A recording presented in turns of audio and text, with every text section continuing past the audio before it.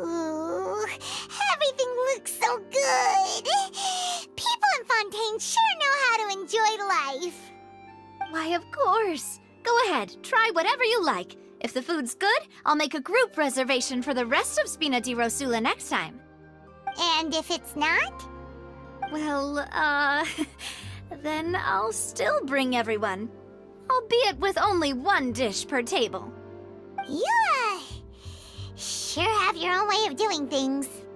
Oh, we called this a farewell meal, but we could also treat it like a victory feast, right? We did just win that case after all. Oh, true. Very true. In that case, boss, we'll have another 2 dishes. Huh? Paimon didn't mean that you had to order even more food.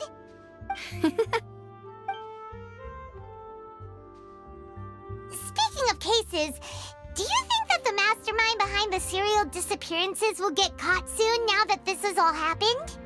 Well, we've certainly taken a big step forward, but I feel that's about it.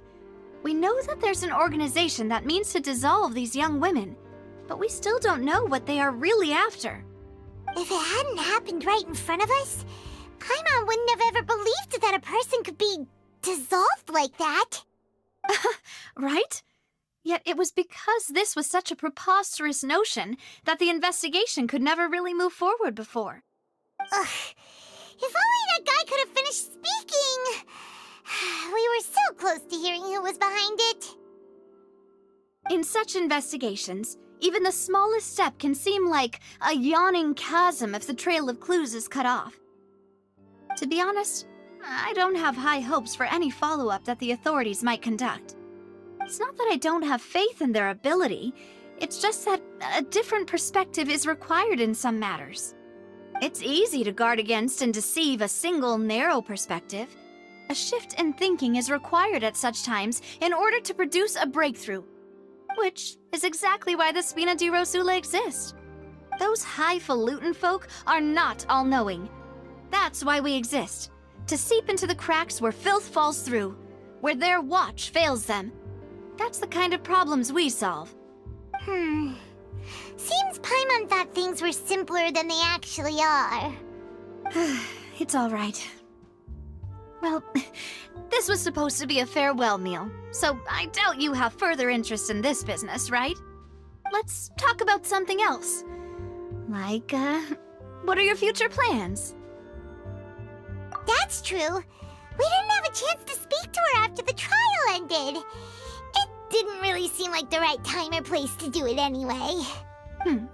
I see. So, your primary objective, which has been foiled so far, was to have a chat with the Hydro Archon.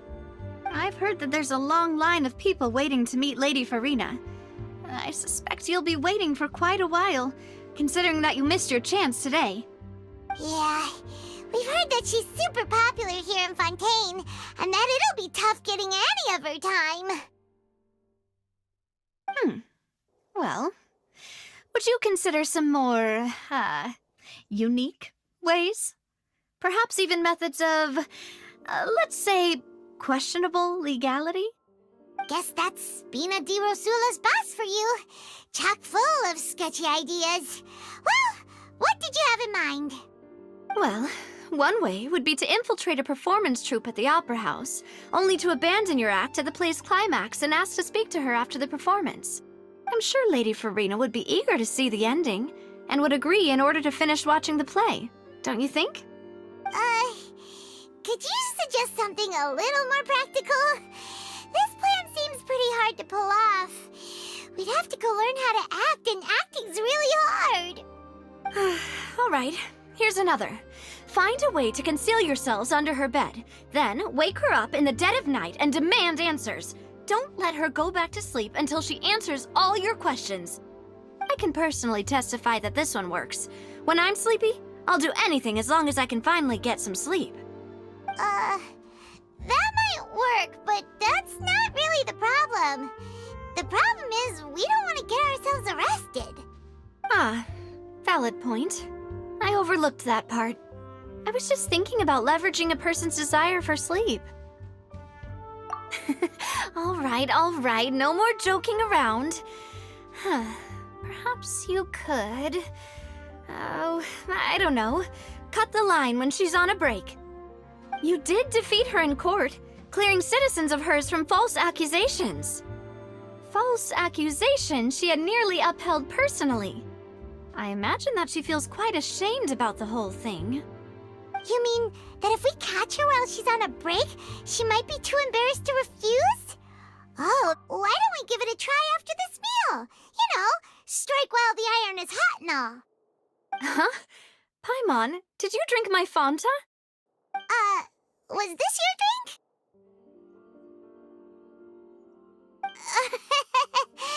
Sorry about that. Paimon wasn't really paying attention and the cup was right next to Paimon. Would you like to order another? No, it's fine. We're just about done here. Alright. Honestly, Paimon wouldn't recommend Fanta anyway. It tastes kinda salty and icky. Is that so? Huh. Well, in that case, we'll have to blacklist the Fanta here then. If we're all finished eating, then I'll go pay. Yeah, we're stuffed. Thanks for the treat, Navia.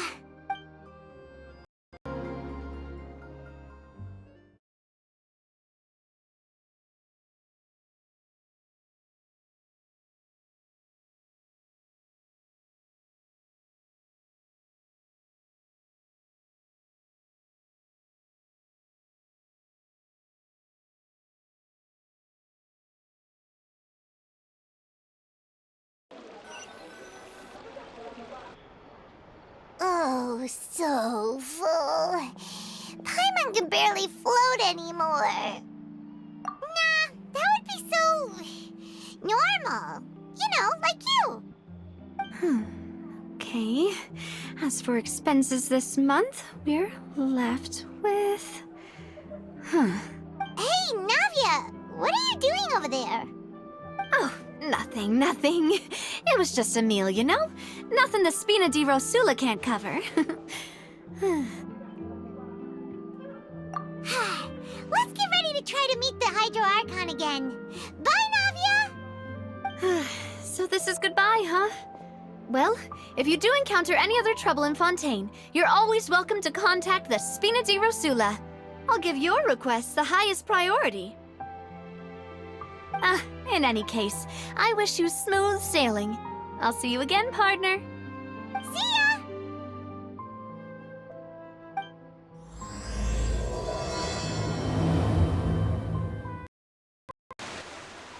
There aren't many people around anymore. Looks like that boat we took to Araneus might have been the last one. Vache. Looks like we're back here again. Huh? Traveler? Are you hearing voices again? Ugh. That's kinda spooky. Are you sure we don't want to come back in the morning? Vache? Vache. Hey, why are you still walking towards it?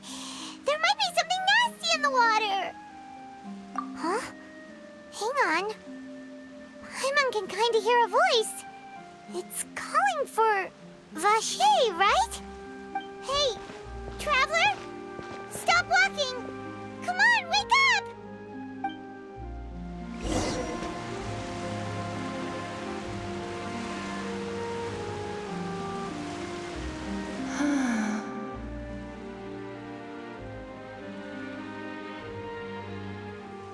Vache, are you... my dear Vache? No, wait. You seem to be someone else. Do you know Vache? Do you know where my love is? Wait. Who am I?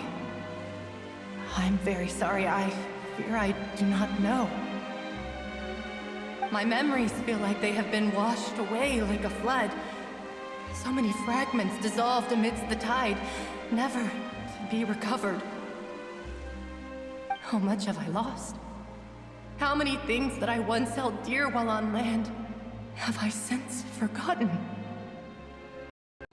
Yes, that is what I was once. But now, I am but the consciousness of one who has lost their form. I do not know how I came to be like this either. I only vaguely remember being covered in light blue water, and then all grew dim. I also remember going to many places. I loved adventure, loved exploring places of peril. No matter where I went, Vacher would go with me. I knew how dearly he loved me, and I also loved him equally as much. But now, we can no longer go back. The pain of such parting, I never knew how heavy it could be. No, our reunion no longer has any meaning. There is no way for us to create any new memories.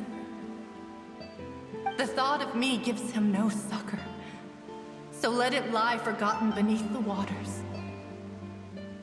If you meet Vacher, tell him not to look for me. Tell him to move on. That is the only thing I still remember. Perhaps that is so, as I was submerged in the waters, losing consciousness. I saw Vacher above the surface.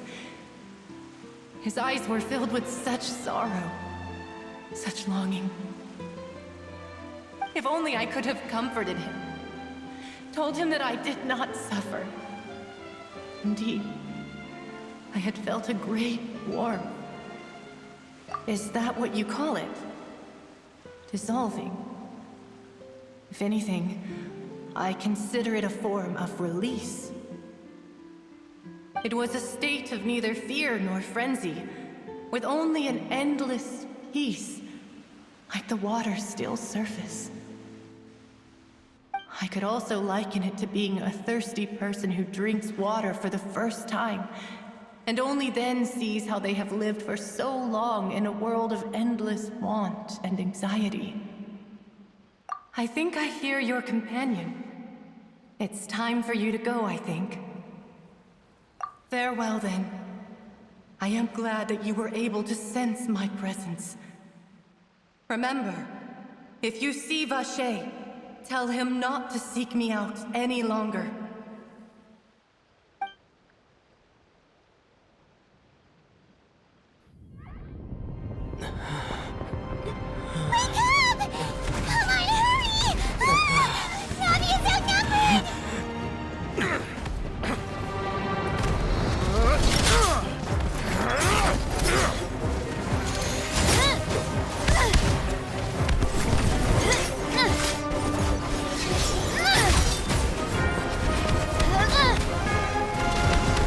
Look out!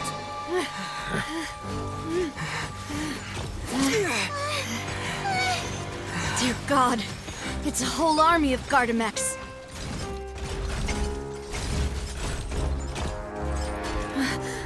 Chlorand?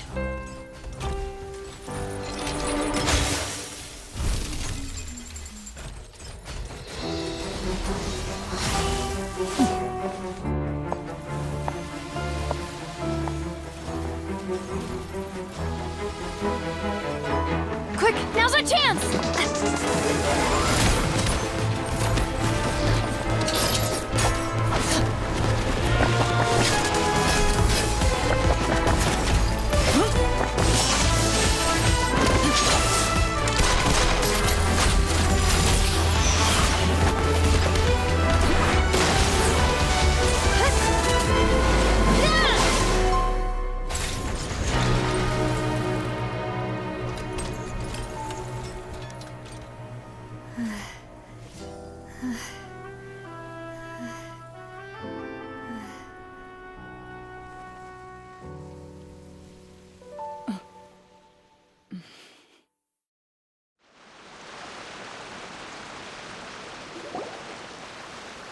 I should thank you for lending us your sword there, Chlorand.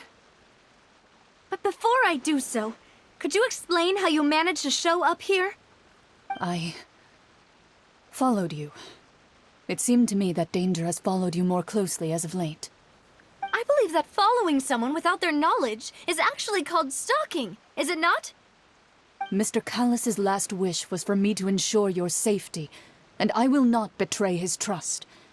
He would do the same, were he alive today. Do not speak of my father!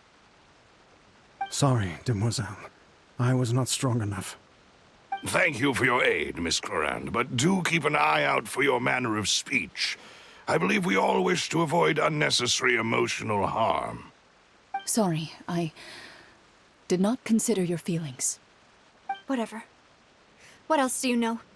How did you come to the conclusion that I'd be in grave danger? I doubt I know much more than you, but I believe that the mastermind behind the serial disappearances is very powerful. Your performance tonight will almost certainly attract their attention. I'm sure they've known about me. To be honest, I'm shocked it's taken them this long to act against me. And what about these Gardamex? I thought only those associated with the Maison Gardiennage could control them. None of these mecha have serial numbers. I was sure to check a moment ago. They are not the ones used by the authorities to enforce the law. I can only conclude that some powerful or wealthy party must have obtained them via illegal means, deploying them as a private force of sorts. What? Your point being that they're out of Spina di Rosula's league, then? Yes. Be careful, and do not act rashly. I will continue investigating no matter what. We will bring the truth to light. That's my father's true last wish. Regardless, thank you for your help today, Clorand. But if you get any ideas, tell me first. I don't much appreciate being followed. I do not think that they'll strike again anytime soon. So I shall stop following you. Good day, all.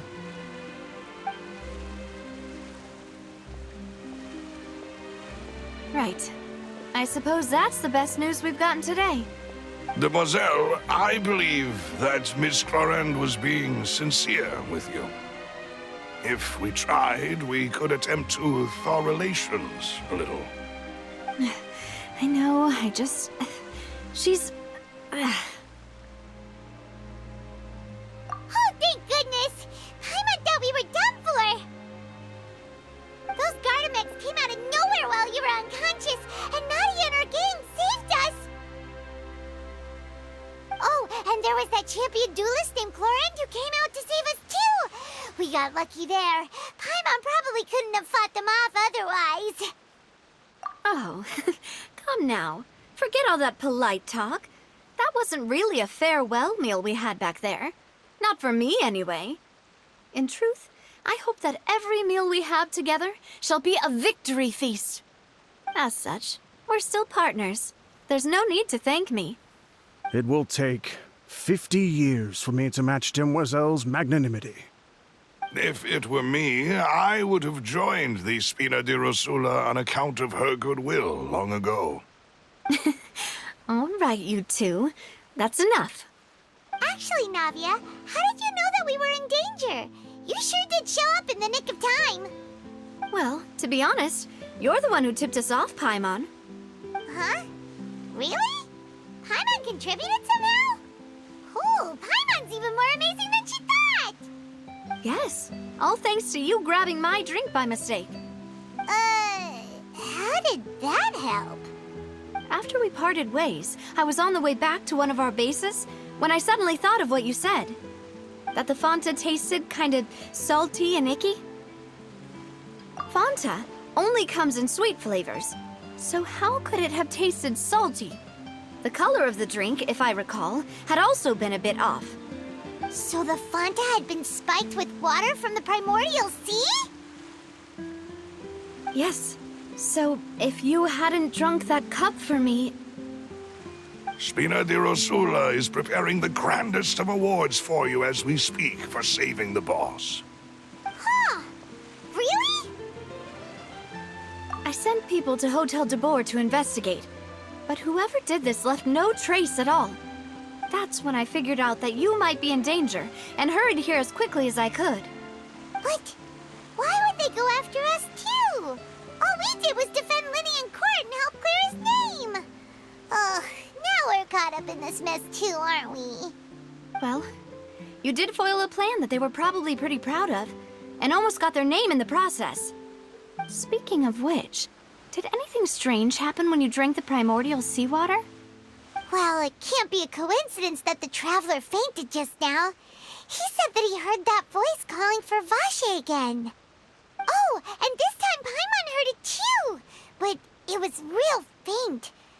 Does this situation have to do with the primordial seawater then? Does that mean the primordial seawater raises someone's sensitivity to hydro when it's used on people who are not from Fontaine?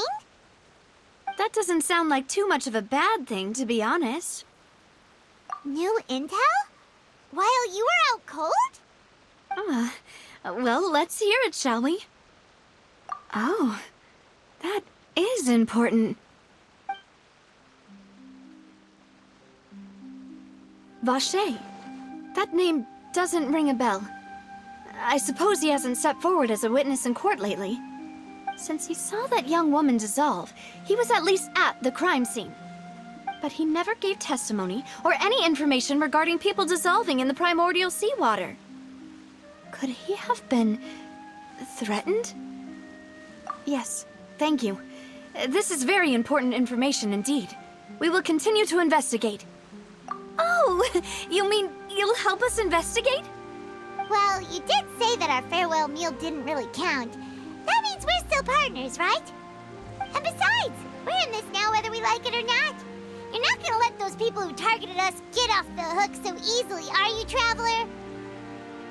Demoiselle, do try not to look quite so pleased. You are the face of Spina di Rosula, after all. You talk too much.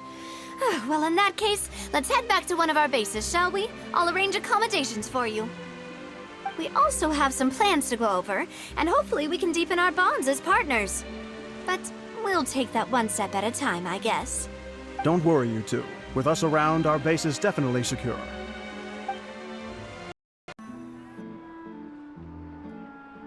It's right up ahead, but let's make sure we weren't followed first.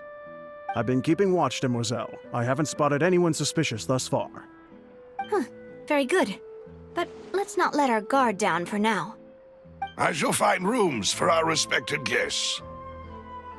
Thank you, Malus. Now, let's continue, Traveler.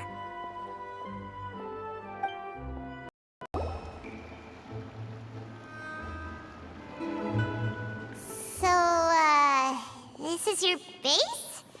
It's not quite what Paimon imagined. Your accommodations have been arranged. Under the present circumstances, I can confidently say it's the best we have. Well, our funds have been a little tight lately. After all, we don't allow illegal or unethical profiteering. In fact, our funds often come from citizenry who support us. Seems like it's tough times for everyone. But if you have the support of the people, that does sound like it's worth it. To be honest, our financial situation was a lot better back when my father was in charge a few years ago. I'm afraid I'm not quite his equal. Your father... he was the previous boss of Spina di Rosula, right? How did he... Demoiselle, if you'll allow me to explain. No. I'll explain it myself. I suppose I couldn't run from this topic forever. And as partners, this is something I hope they can understand. My father's name is Callus. Yes, the same one they call Callus the Unfaithful in the streets. 3 years ago, he was accused of murdering his own friend. But he chose a duel to defend his honor instead of standing trial. He died in the duelist's ring. Oh no. But I do not believe my father was a murderer. I'm sure he was set up. At the time, I believed that if he only stood trial and was duly investigated, something amiss would crop up and prove his innocence. But strangely, he not only requested the duel himself, but rumor has it that even after being seriously injured, to the point where he could be deemed as having lost the duel, he refused to surrender, determined to die in the arena. 3 years later, I still don't understand why he did that. could he protect his honor if he's dead? If anything, he gave up his chance to defend himself. The closest piece of info I have is that my father had been investigating the serial disappearances case at the time of his death. Ah, so that's why you're so determined to get to the bottom of that case. That's right. I've also tried to investigate the murder my father was implicated in, but I haven't found a single new clue in my countless reviews of the investigation records. However, I believe that if the murder case is related to those behind the disappearances, they must know something. I must know what really happened. Was my father coerced? Framed? Even if he really did kill his friend, I must get to the truth. If only he'd been more open with me when he was still alive. He even hid the fact that my mother died due to complications when giving birth to me. And now, here I am investigating his death. You really are a handful, aren't you, Papa? Demoiselle, please, if there is anything I can do, anything at all. I also will never believe that Master Callus murdered anyone. There are none whom I respect more than the two of you, Demoiselle. Master Callus did so much good in life, yet all it took was one murder case for him to be dubbed Callus the Unfaithful. Even our supporters decreased greatly due to that incident, hence our strained finances at present.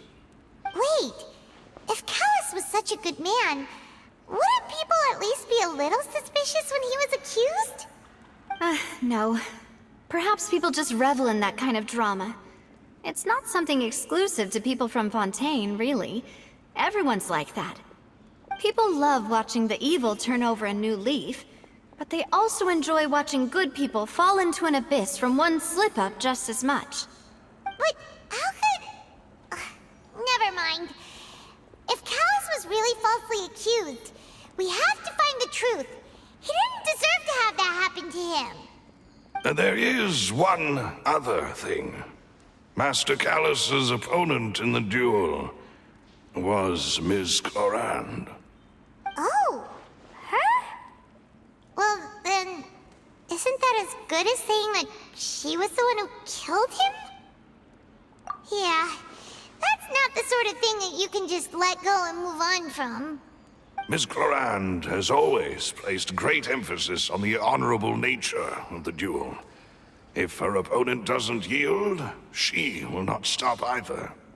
She knew Master Callus beforehand and greatly respected him, but seeing how he was resolute in the arena, there was only ever one choice she could have made. It's not that I don't understand her at all, but I just can't deal with this yet. Don't worry, Navia. Paimon knows how you feel. You don't have to force yourself to do that. Afterward, Ms. Clorand told us that at the start of the duel, Master Callus requested that she ensure Demoiselle Navia's safety. Yes, that is our understanding as well. Oh, Papa. What madness drove you to ask the person who killed you to take care of me? All right, anyway, that's the information I wanted to share with you. Even if it did sound like I was just complaining towards the end. Thanks. You two should go and rest. This was quite a day after all. Yeah, Paimon's beat. Please, relax and get some sleep. We will ensure you rest soundly.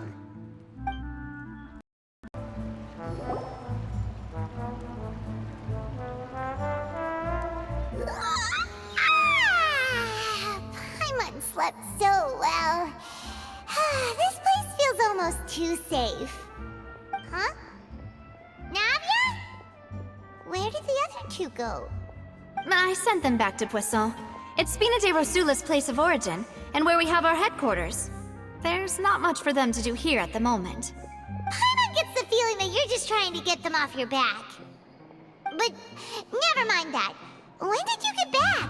Were you waiting here the whole time? No, I just returned after going out for a while. I did some investigating yesterday regarding the name Vacher.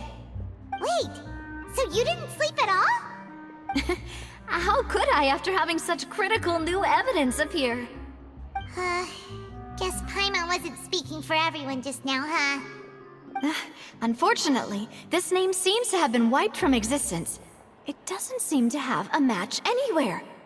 I suspect that those behind this have already taken steps to hinder an investigation from this angle. But that does prove that this Vache person is a key witness in the incident. Does that mean we're too late, though? No. There is one ray of hope. One place in Fontaine that they would find almost impossible to threaten. And that is the archives kept by Chief Justice Neuvillette. A place where detailed files on all the cases in recent years are kept. If the Oceanette you met is one of the young women who went missing recently, we should be able to find some related information there. So Neuvillette maintains an archive of case files? Whew. Guess that's the hard-working Chief Justice for you. In that case, let's go talk to him, shall we? Aren't you coming along, Navia? Did you get tired? No, it's nothing. Let's go see the Honorable Chief Justice.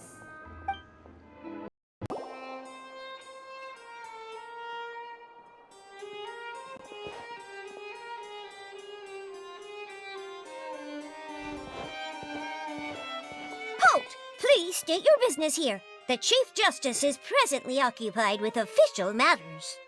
Huh. This place does look pretty heavily guarded. Guess that proves that Neuvillette's files are really secure. Hey, don't you recognize us? Huh? Who are you? Just to be clear, I don't care who you are or who you might be related to.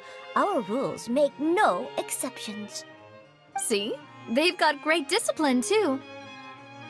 Yep. Paimon can tell. If you're here just to crack jokes, I can point you towards the exit. Unlike some, we're busy, so please leave if you don't have a reason to be here. No. What I meant to say is, shouldn't you remember us from a few days ago? We were at the trial of the great magician Linny. Oh, yes, I remember. I read about it in the Steambird. You must be Linny's attorneys. It's all coming back to me now. We're here today to report and archive some information on a follow-up case. Huh. Is that even a thing? Of course. Don't worry. We're here on official business. You can trust us. All right then, I'll let you through. The Chief Justice is just inside. Thanks so much.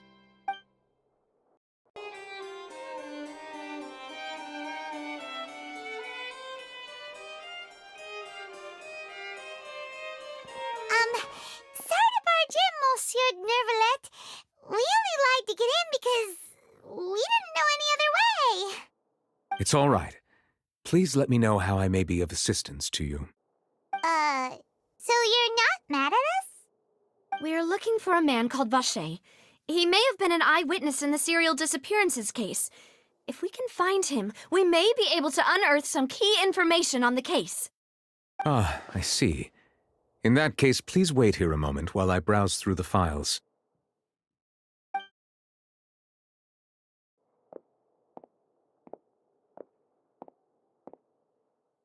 Who knew that Neuvillette would be so easy to talk to?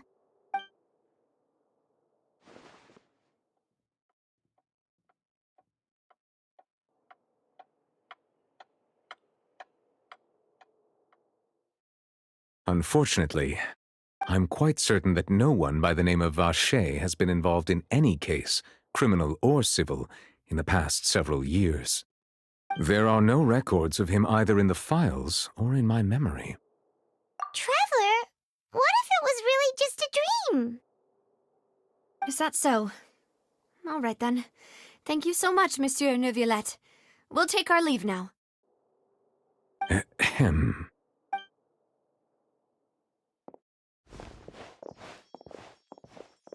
Miss Navia, I can understand how you feel. Your father, Callus, was a truly exceptional man. We deeply regret his passing. What are you trying to say, Monsieur Neuvillette? Are you trying to console me? Extend your sympathy? Or just express some tendril of regret? No, you are not trying to do any of that. I can hear it in your voice. There's no emotion behind your words. You only said those things because you felt like you should. It's just like last time. After my father took his place in the duelist ring, I pushed through the guards to talk to you as a last resort. You even told me then that you thought there was something fishy with the case, yet you still allowed the duel to go ahead. In your eyes, the value of a human life is nothing compared to those cold laws you hold so dear. If you truly regret my father's death, then why didn't you call a stop to the duel? Why didn't you give me the power to stop him from throwing his life away? Why did you just let him die, despised and hated by all? Everything was hanging on a thread at that moment. Just the tiniest effort could have changed everything. There are still so many things I never got to tell him. So many questions he still owes me answers to. If you really have no heart, then just look me in the eyes. I, Navia, will show you the true meaning of regret. I'm sorry, Miss Navia.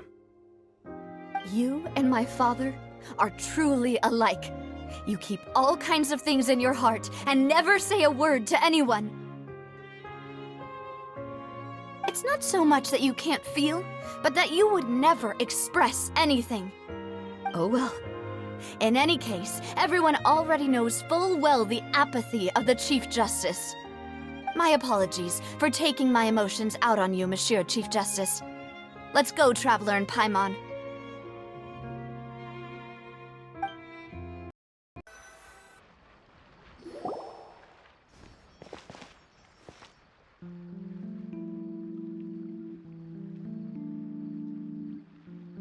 Navia, are you okay? I'm fine. Rain. It's raining. You're right. Wasn't it still sunny when we went into the building? And there shouldn't be any active trials today. How strange. Now that I think of it, on the day my father was convicted of murder, it was also raining. What is it? Did you think of something? Yeah, he was outside. It was uncovered and the rain could fall there. Why? Do you think the rain could have affected the crime scene? That thought has occurred to us before. We've even expanded the search area to try to account for that, but didn't find anything of value. Oh? Wait. You don't mean... So you're saying that the true murderer could have been turned into water and then got washed away with the rain?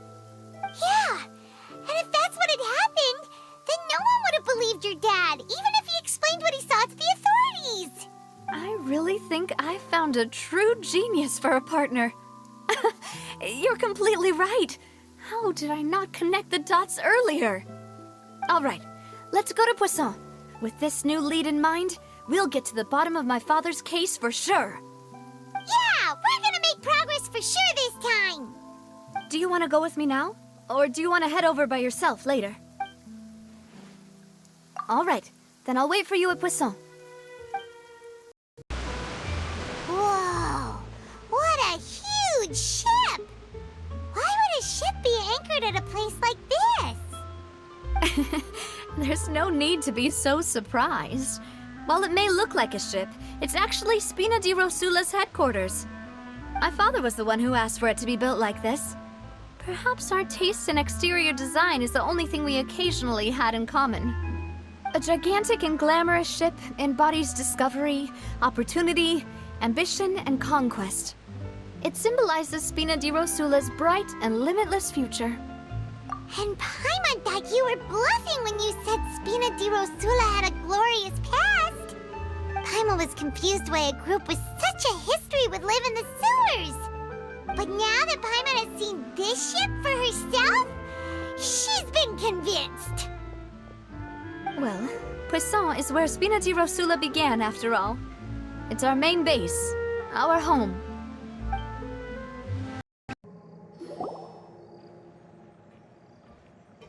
Melus, we're back! Apologies for the wait, demoiselle, and our most important partners. You said before that you still had some business at the court. What brings you back to Poisson so quickly? About that. It's because my partner here reminded me of something really important. You see, what if my father's case had something to do with water from the primordial sea? You still remember, right, Melus?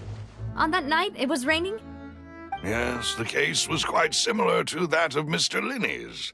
Both were what you'd call impossible murders. Could you tell us a bit more about what happened before? Yeah, of course. Many years ago, something called synth began to gain popularity in Poisson. At a glance, it was a kind of drink that could excite your mood and produce many pleasant hallucinations. Wait! Didn't that guard guy who turned into water also mention that the primordial water could be used to produce some kind of potion? Yes, he did. Considering what we know now, it's almost certain that synth is created using water from the primordial sea. If you drink synth for an extended amount of time, you'll suffer many side effects, such as losing the ability to focus or control your emotions.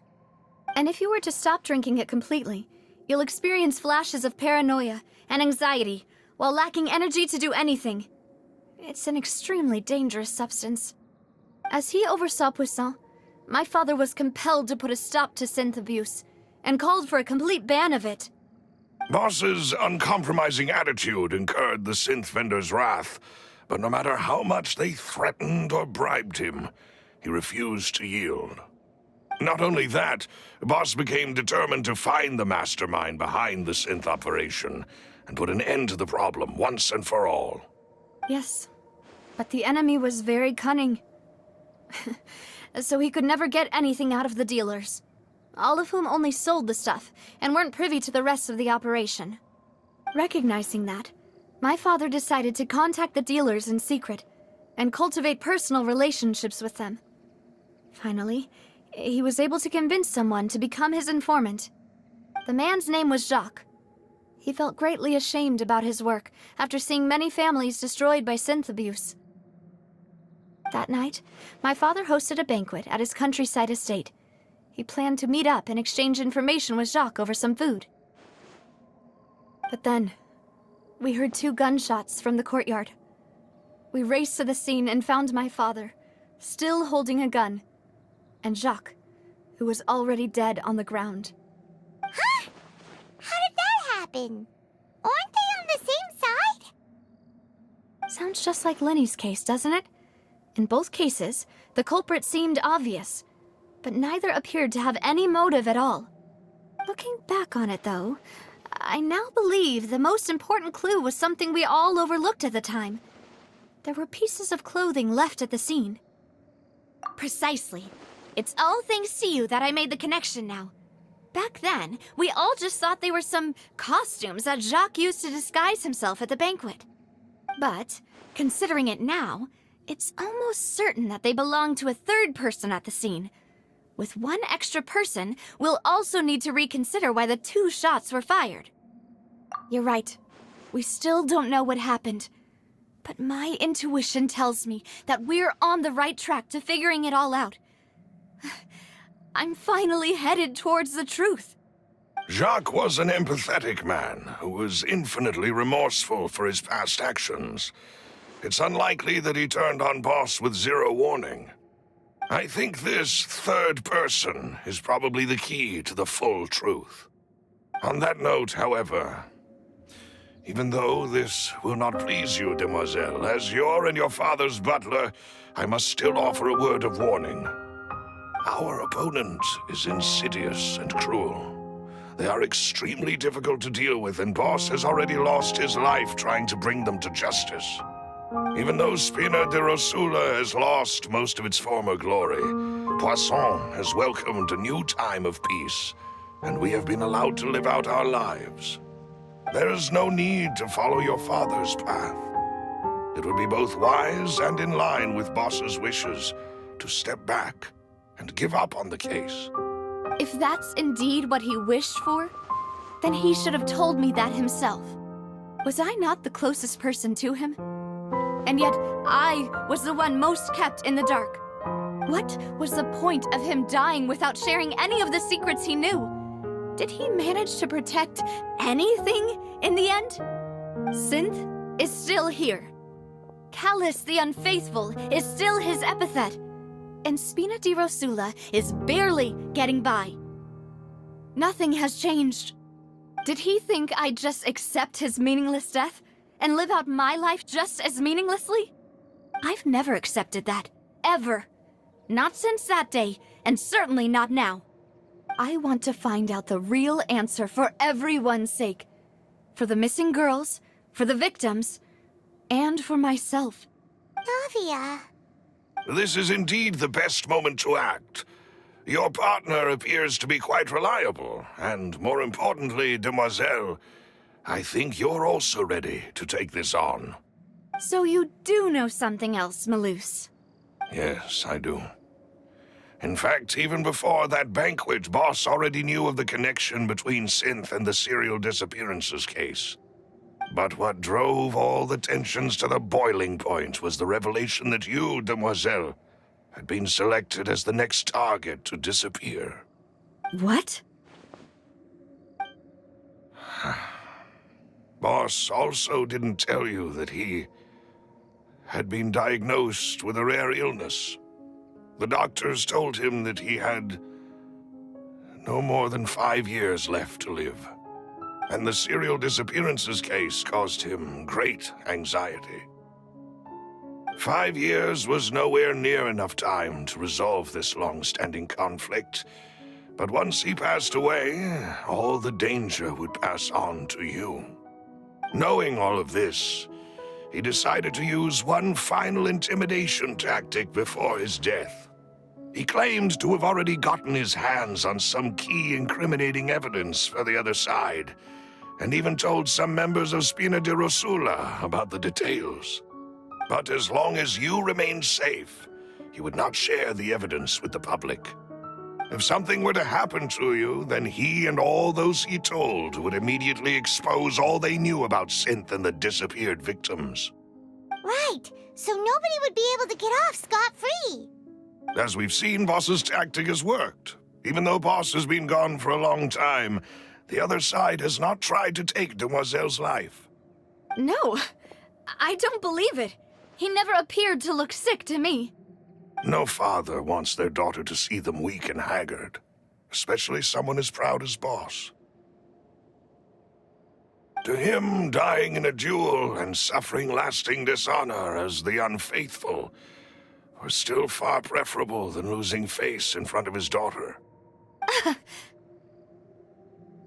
So he chose to die in silence, so that he could protect me. I'm afraid you're not understanding this correctly, Demoiselle. What Boss wanted to hand to you was not a parasol, but a sword.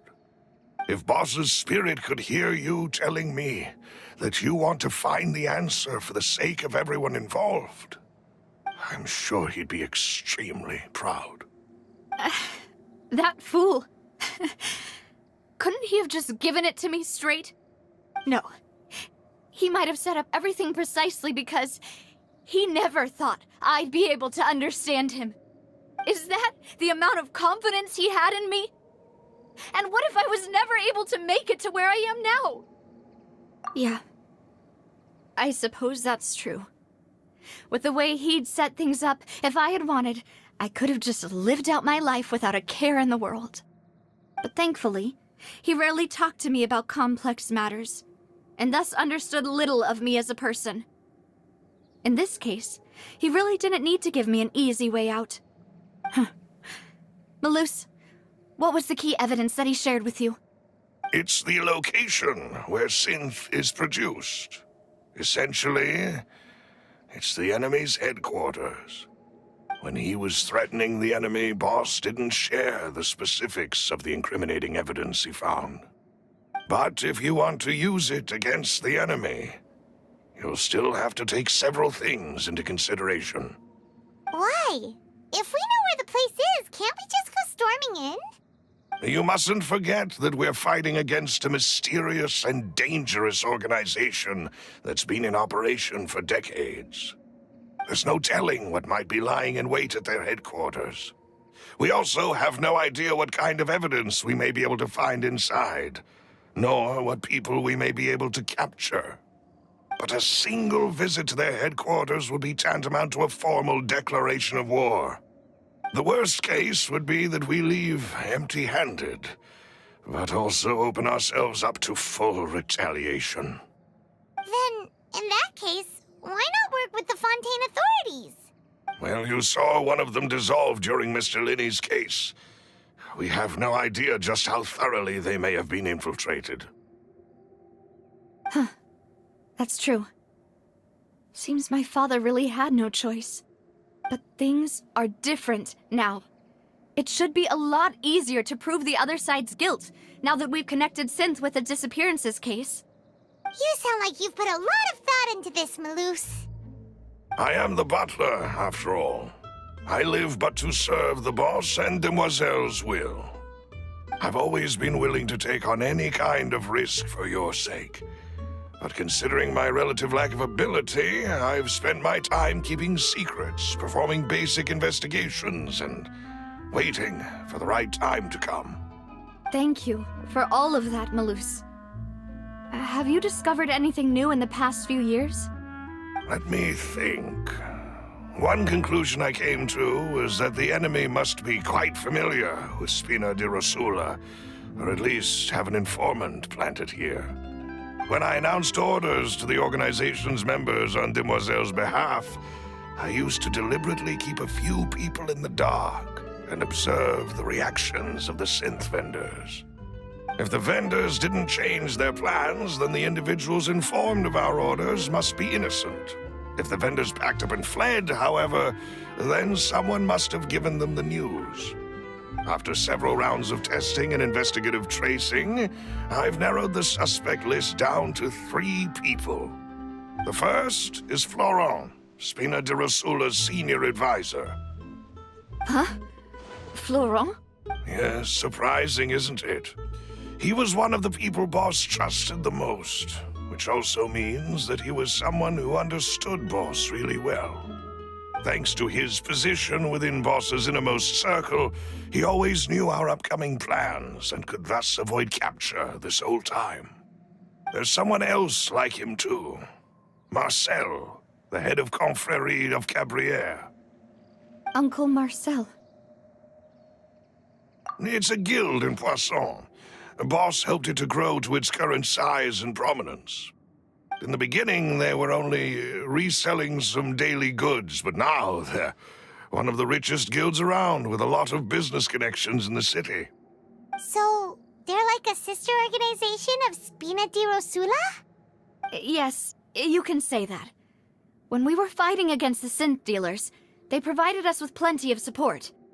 It's a bit difficult to imagine someone using their own money to hunt down themselves.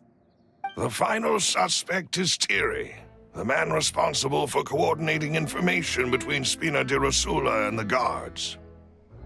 Although the guards mostly leave us to our own devices, there are still many activities we have to report to the local authorities. Since Thierry is always in the know about our current activities, he could theoretically always plan one step ahead. I see. These are all people who I communicate with quite regularly. To think that the enemy we've been fighting against has been right next to me all along, among those I trust the most. It's almost too hard to believe. If you want to investigate them, please take every precaution to not alert the quarry. Judging from our experience, the enemy is extremely cautious. Of course. And thank you, Maloose. You've provided us with a lot of great information. You're too kind, my lady. I'm just doing my duty. And before I forget, proving Boss's innocence would also mean clearing him of blame in Jacques' death. After that incident, Jacques' wife and daughter were taken into the Spina's care. They still live in Poisson today. If it might help, you could also pay them a visit. I can make the necessary arrangements. Oh, thank you so much, Malus. You really are the best. A new case awaits, my dear partner. I hope we can work together to uncover the truth and end this case once and for all.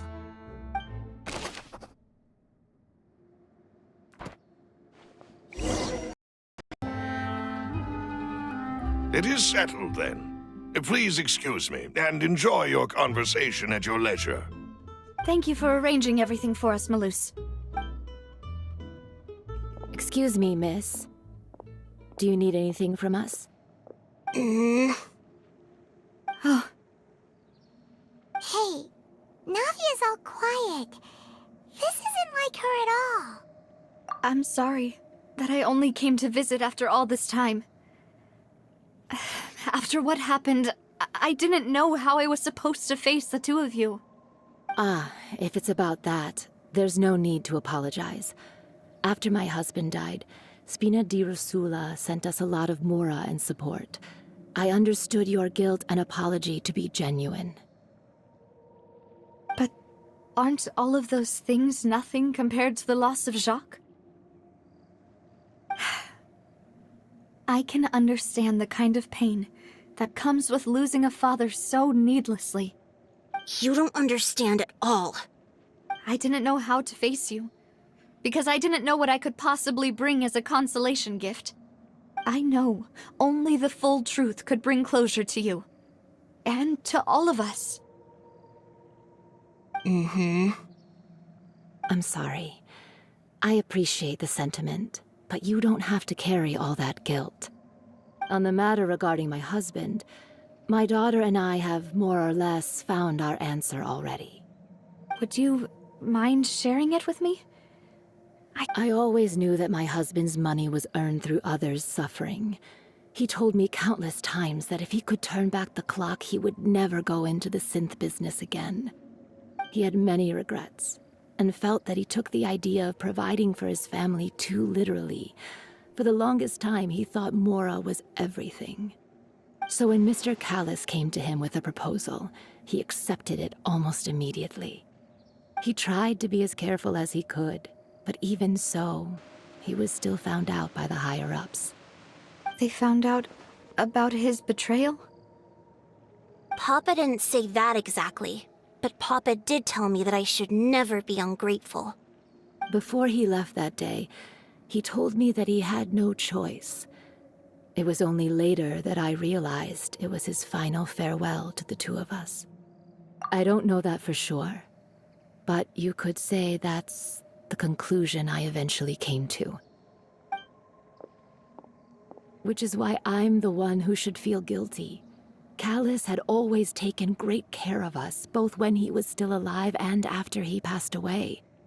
Even if he fired the shot that killed my husband, it was likely in self-defense. It is impossible for me to hate him for what he... But Mama, why is Papa still the bad guy if he did the right thing? Papa always wanted to be a good man, so why did he have to do a bad thing in the end? Well, things aren't always as they seem. You still feel like your papa was a good man, right? Yeah, Papa was a really good man. The best in the whole world. Then you should hold on to that. If a good man had to do a bad thing, then he must have had his reasons. Regardless of whether he left you a parasol or a sword. He must have done so to give you a better life. Oh. Thank you for everything you've told me. I will definitely find the truth. The current state of things is not something I'm willing to just sit back and accept. Thank you. I'm very grateful to hear this from you.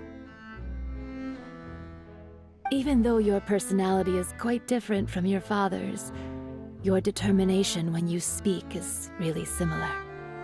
You really think so? That's the first time anyone said that to me.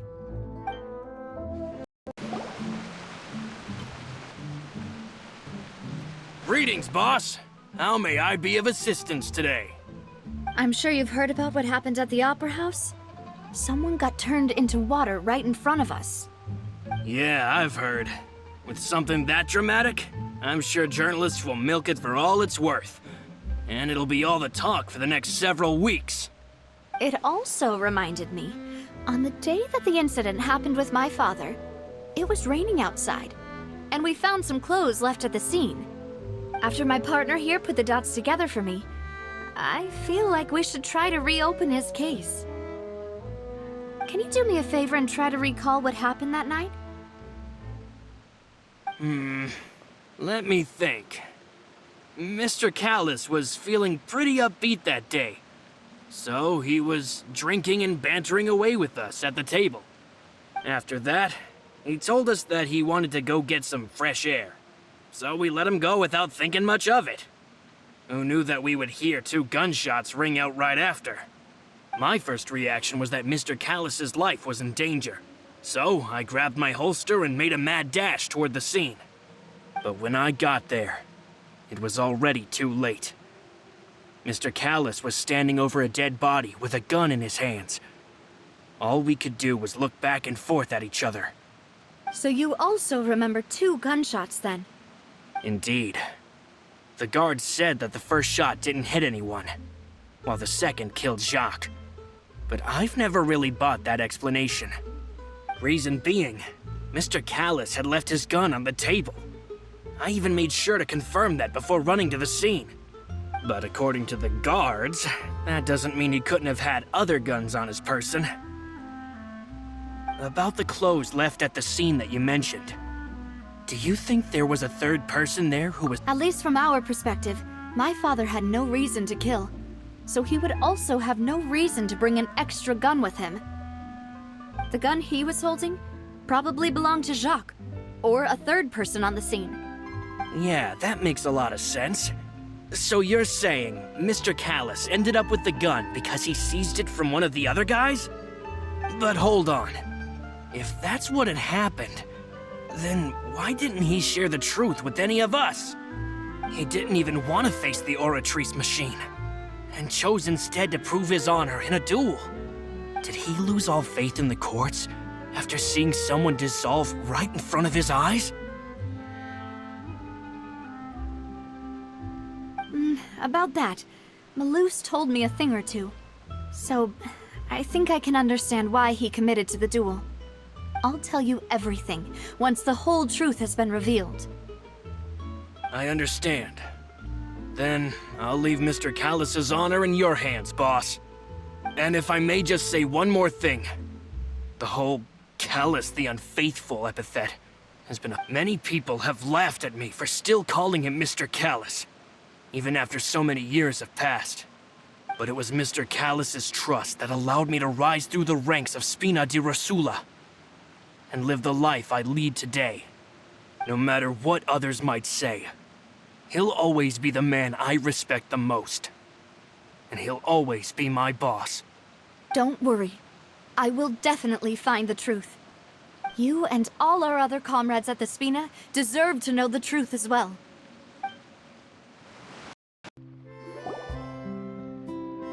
Hey, Thierry! It's me! Oh, now, what brings you here, Miss Navia?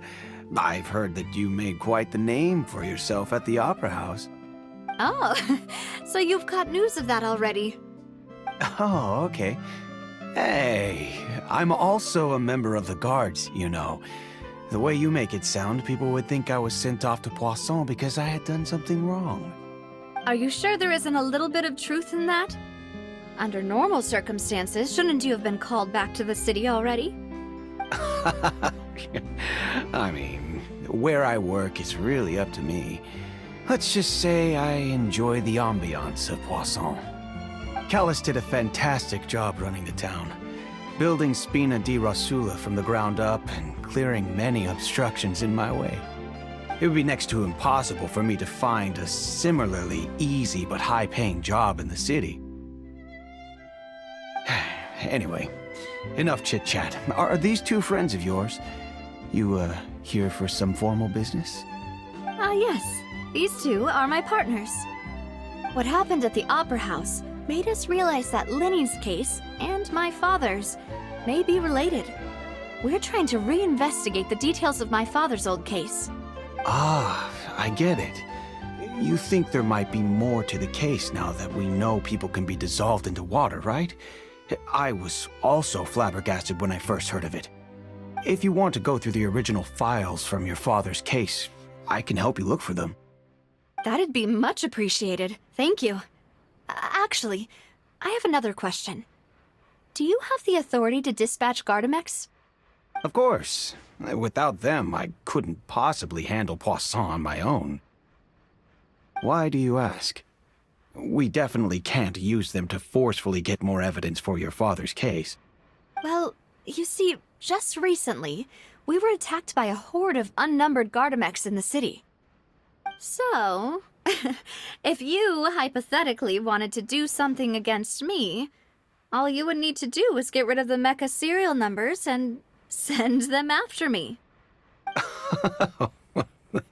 Then you think too highly of my abilities. Dispatching mecha is very different from controlling them. If I had to make an analogy, when you order a dish, the chef will make it for you. You can ask the chef to cook, but not to massage your shoulders or carry your baggage. If you try to make unreasonable demands, the chef would just think you're out of your mind and ignore you completely. The same goes for me and my Gardamex. Removing a serial number is also not as easy as you might think. There are a lot of complex steps to it, and it's almost impossible to keep it a secret. So I can promise you, those mecha were definitely private units. They're certainly not cheap, so whoever their owner is must be super rich, powerful, or both. Now that you mention it, though, being in the synth business would definitely be profitable enough to afford this. Oh, then you're officially in the clear, Thierry. Oh, well, thank you for the vote of confidence, Navia. Jokes aside, I'd like to wish you all the best with your investigation. I'll be staying in the city for a little while, so just come find me if you need any support from the guards.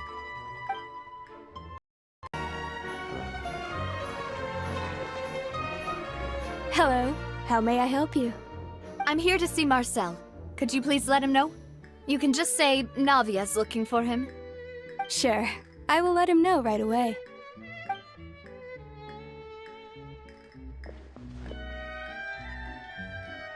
Ah, Navia, hello. Sorry to keep you waiting. I'm not as young as I used to be, so my legs are giving out a bit. Oh, it's all right, Uncle Marcel. There's no need to stress. I just wanted to talk to you briefly about what happened in the Opera House. I'm sure you saw everything too, right? Yes, I've never seen anything so strange. Oh, you were at the Opera House too?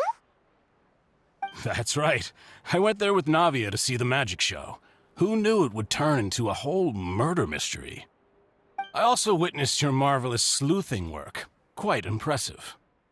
To beat the Hydro Archon at her own game on her own turf, I can already imagine everyone in Fontaine discussing your exploits over a few glasses of wine.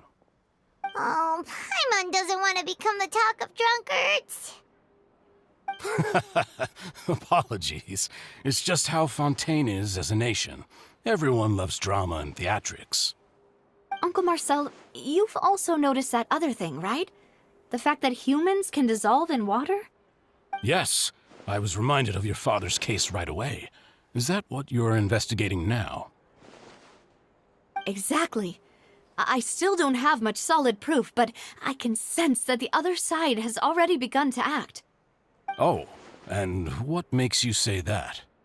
We were attacked on Araneus by some unnumbered Gardamex. And there was also an attempt to get me to drink water from the primordial sea. If not for the vigilance of my partner, I probably wouldn't even be here talking to you right now. Oh, you're giving us too much credit. Wasn't it you who protected us? Alas, it seems things are heating up again. The peace that Callus sought so dearly will soon become a thing of the past. But rest assured, Navia, Poisson will always remain a safe haven for you. If you're scared, you can always return there. If anyone dares to lay their hands on you there, the Confrérie of Cabrières will use its funds to the last Mora to bring them to justice. Thank you, Uncle Marcel. But I don't intend to go into hiding. I'm going to strike while the iron's hot. Do you have any new thoughts on my father's case? About that. Sorry, my age is catching up with me, so it'll take me a while to recall my memory. The Confrérie was responsible for that banquet, so I was out and about the whole time making sure things were running smoothly. I didn't even have the time to drink with the guests. Then I heard the sound of a gunshot, and the rest was history. Oh, it's okay. No need to push yourself. We'll ask around some more, see if there are any valuable clues elsewhere. Sounds good. Just let me know if you ever need Mora. All my wealth comes from Callus's patronage and support. I'll spend however much it takes to clear his name.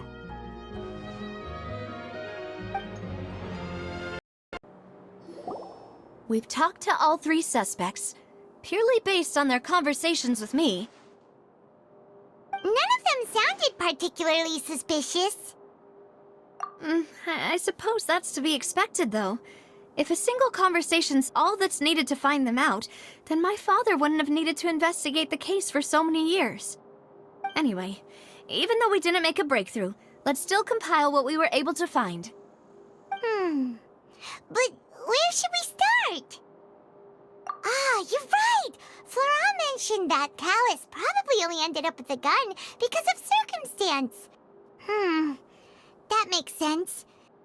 According to Jacques' family members, he already told them that he had been discovered, and that he had no choice before he left home that day.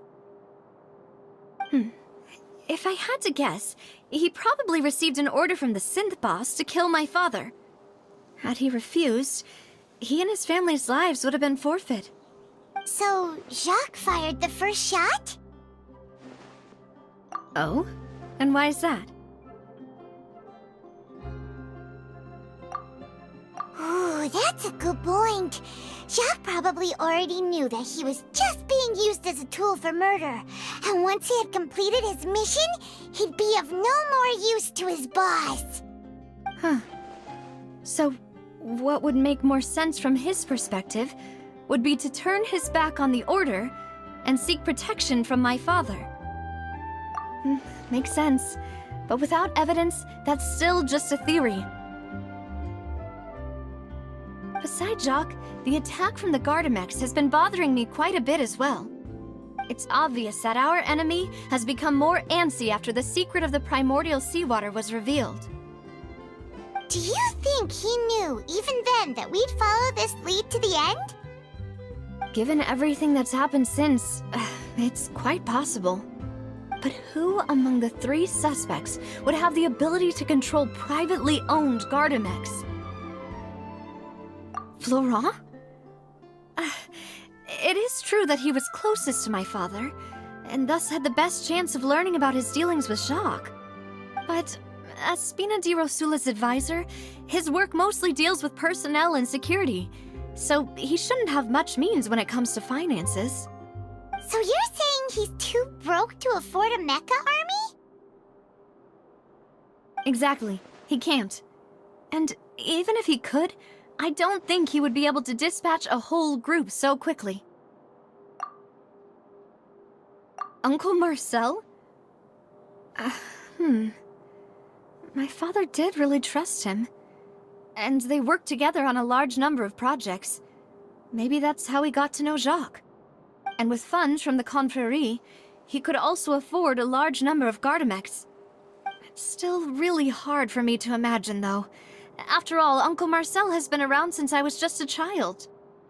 Also, wouldn't this mean he has been spending a whole lot of Mora and energy to fight his own synth business? Thierry, you say? It is possible that he's figured out a way to convert the Gardamex for personal use. But I didn't feel like he was lying when he was talking to us about the mecha. I also don't think he'd be able to keep that kind of tampering under wraps. Yeah, had he actually tampered with the mecha, we'd be able to prove it with a simple check of the guard's inventory. If the mecha were taken from the guards, it should be pretty easy to find out when and how that happened. Who could it be?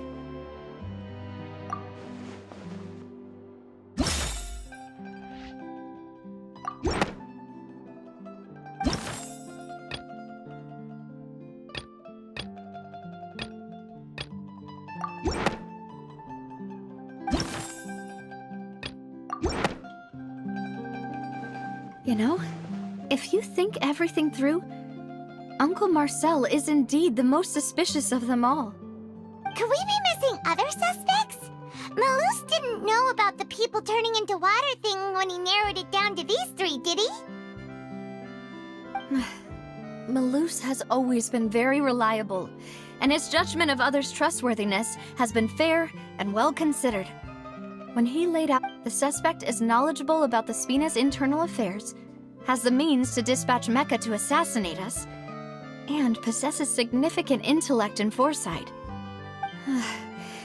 Even if I don't want to believe it, I'm starting to see how things could all tie back to Uncle Marcel. Well, we still have another trump card on top of all the theorizing and speculating. Yes, Malus did say that charging straight in there would be extremely risky. But we don't have any other options right now. We need far more solid proof before we can hope to go charging in on our enemy. Navia, here you are. Oh, I've been looking for you. Huh? Aren't you the guy from the guards? Did something happen? Yeah. News came from Irenaeus just after you left. We've got another trial on our hands. Wasn't that place built specifically for holding trials? What's so newsworthy about this one? I know. But they said the person they're putting on trial is a Fatui harbinger called Tartaglia. What? Is that someone you know? Yeah, we know him. Maybe even a little too well. Well, he's been accused of being the true culprit behind the serial disappearances case. It's absurd, don't you think? Wait, how? None of our investigations have had anything to do with him. That's what I thought was strange about it, so I came to tell you the news right away. If the charge against him stands, then it'll be next to impossible to get the guards to support any of our planned investigations. Right, because they'll think they've already found the culprit. Yeah, and it'll be a lot harder then to clear Mr. Callus's name. I understand. Well, partner, what do you think we should do? Huh? Split up? What do you mean? Just as expected of my partner. Since this is a trial about the serial disappearances case, the culprit's attention will be focused on Irenaeus, leaving his home base wide open. You're right. This is our best opportunity. All right then, let's do this. I'll stall them at the Opera House and charge Marcel as the true culprit. I won't have any chance of making that charge stick, though, unless we find more evidence. It'll be up to you to make it back in time and hand the decisive evidence to me. We'll help you, just like you helped us in Linny's trial. Demoiselle, please allow us to accompany you. I'm ready. Ah, Malus, Silver, when did you two get here? We heard that you'll be leaving Poisson and figured that you might require our assistance. It's our hope that your confidence will be bolstered with the two of us by your side. Thank you so much. Then, let's make haste for Irenaeus. Paimon, Traveler, I'll see you at the Opera House. See you then!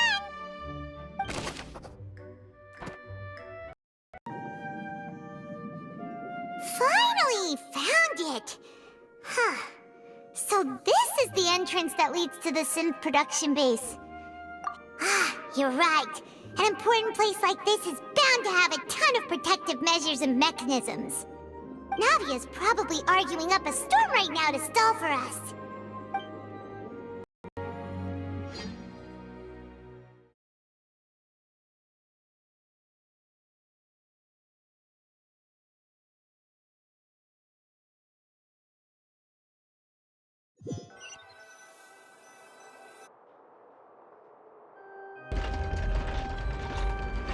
It would appear that I must repeat my question again, Mr. Tartaglia. Do you accept the charge that you are the true culprit behind the serial disappearances case? To be perfectly honest, I don't understand your country's complicated court system, or the reason why I'm being charged with something I've never even heard of. However, I did hear that people who have been charged can choose to participate in a duel to clear their name. Is that right? In which case, as long as I accept the charge, I can have an all-out fight with that champion duelist Clorend, right? I've got to admit, that's one of the most enticing offers I've ever received. When I privately sparred with her last time, she was obviously holding back. Real disappointing. Hey! Don't you understand? You're currently the prime suspect for a major case. Oh?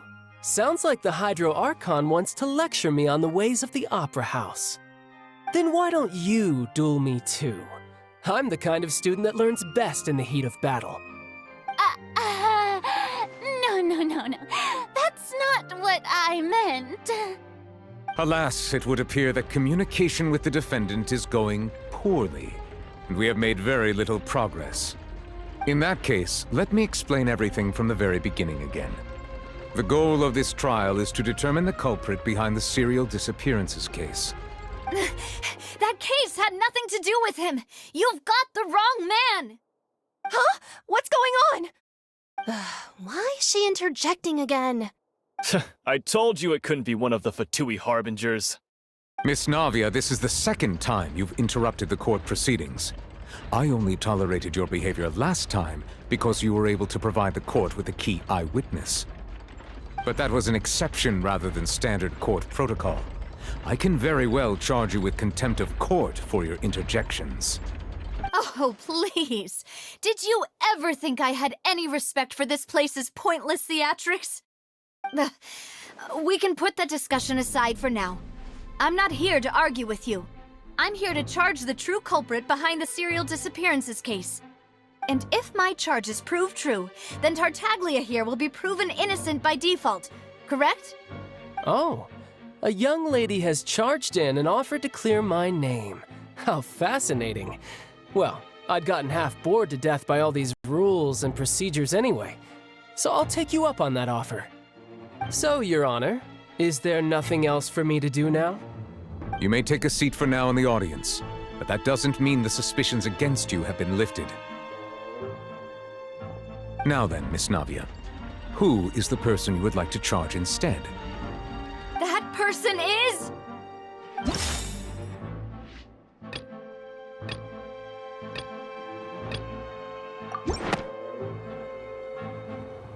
Marcel, the head of Confrérie of Cabrières! Huh? What confrérie? Never heard of them in my life. I've heard of them, but weren't they Spina di Rosula's sister organization? Oh, is this going to be a friends to enemies type situation? Please let me remind you, Miss Navia, that charging someone is an incredibly serious matter. Committing to the charge also means taking on the legal responsibilities associated with it. And if the charge fails, depending on the circumstances, you may also be charged with the crime of making a false accusation. Knowing this, do you still wish to charge this man? Yes. In that case, I declare the charge to be valid. Miss Navia and attorneys, please take your places on the court. Members of the guards, please contact Mr. Marcel right away so that he may stand trial.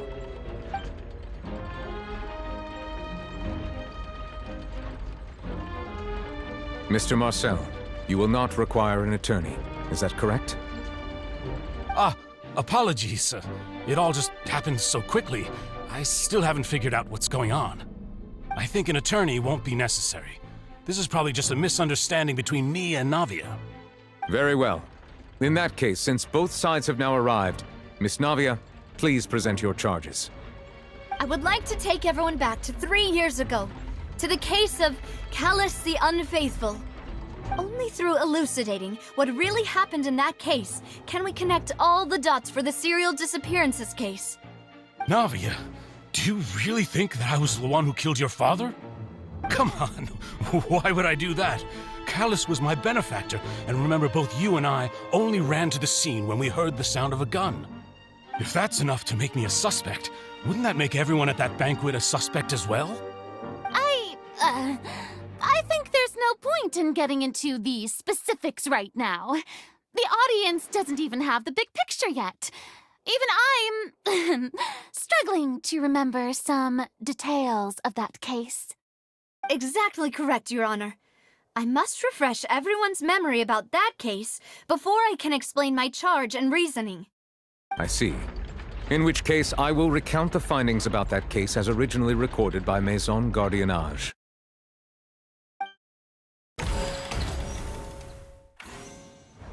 On the day of the murder, Spina di Rosula hosted a large banquet in a countryside estate owned by the Confrérie of Cabrières. During the banquet, all attending guests heard 2 gunshots from the courtyard. When the guests arrived at the scene, they found the primary suspect, Callus, holding a gun, while his acquaintance Jacques lay dead from a gunshot wound. The guards' investigation did not recover any other firearms from the scene. As a result, they concluded that the suspect's first shot must have missed, while the second must have taken Jacques' life. The suspect did not dispute this conclusion, and also declined to defend himself in court. Instead, he chose to prove his innocence through a duel. Callus was defeated by champion duelist Clorand in the ensuing duel, and soon succumbed to the injuries. These are the known facts about the case.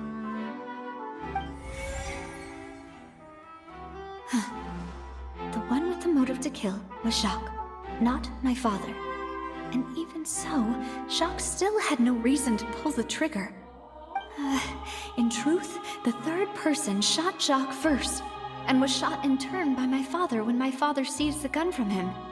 After that, the true culprit turned the third person into water, erasing all traces of him from the scene. Thank you for the summary, Your Honor. Of course, the guard's conclusion appeared quite sensible to us at the time. However, we should revisit the case now that we've gained new information about the abilities of water from the primordial sea.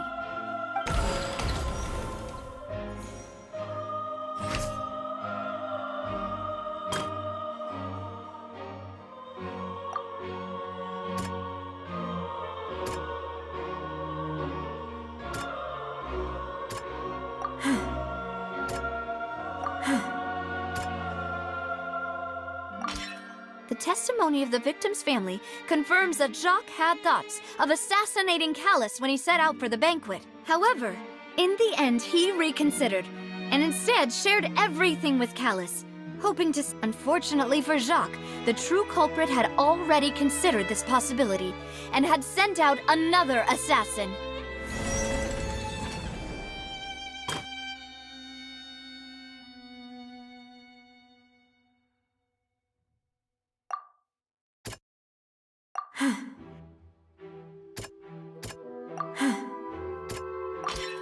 This assassin first shot Jacques, then turned to shoot Callus, only for Callus to wrestle the gun from him and kill him instead.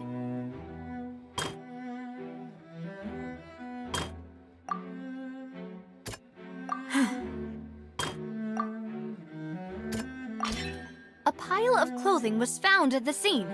The guards once believed they were used by Jacques as a costume to disguise himself. But now, it is clear that the clothes were proof that there was a third person at the scene, and that they were turned into water after committing the murder. Since it was raining that day, the culprit was confident that they could use the rain to wash away all traces of their dissolved accomplice.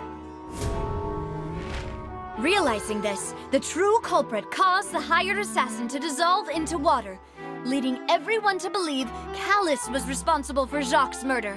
This...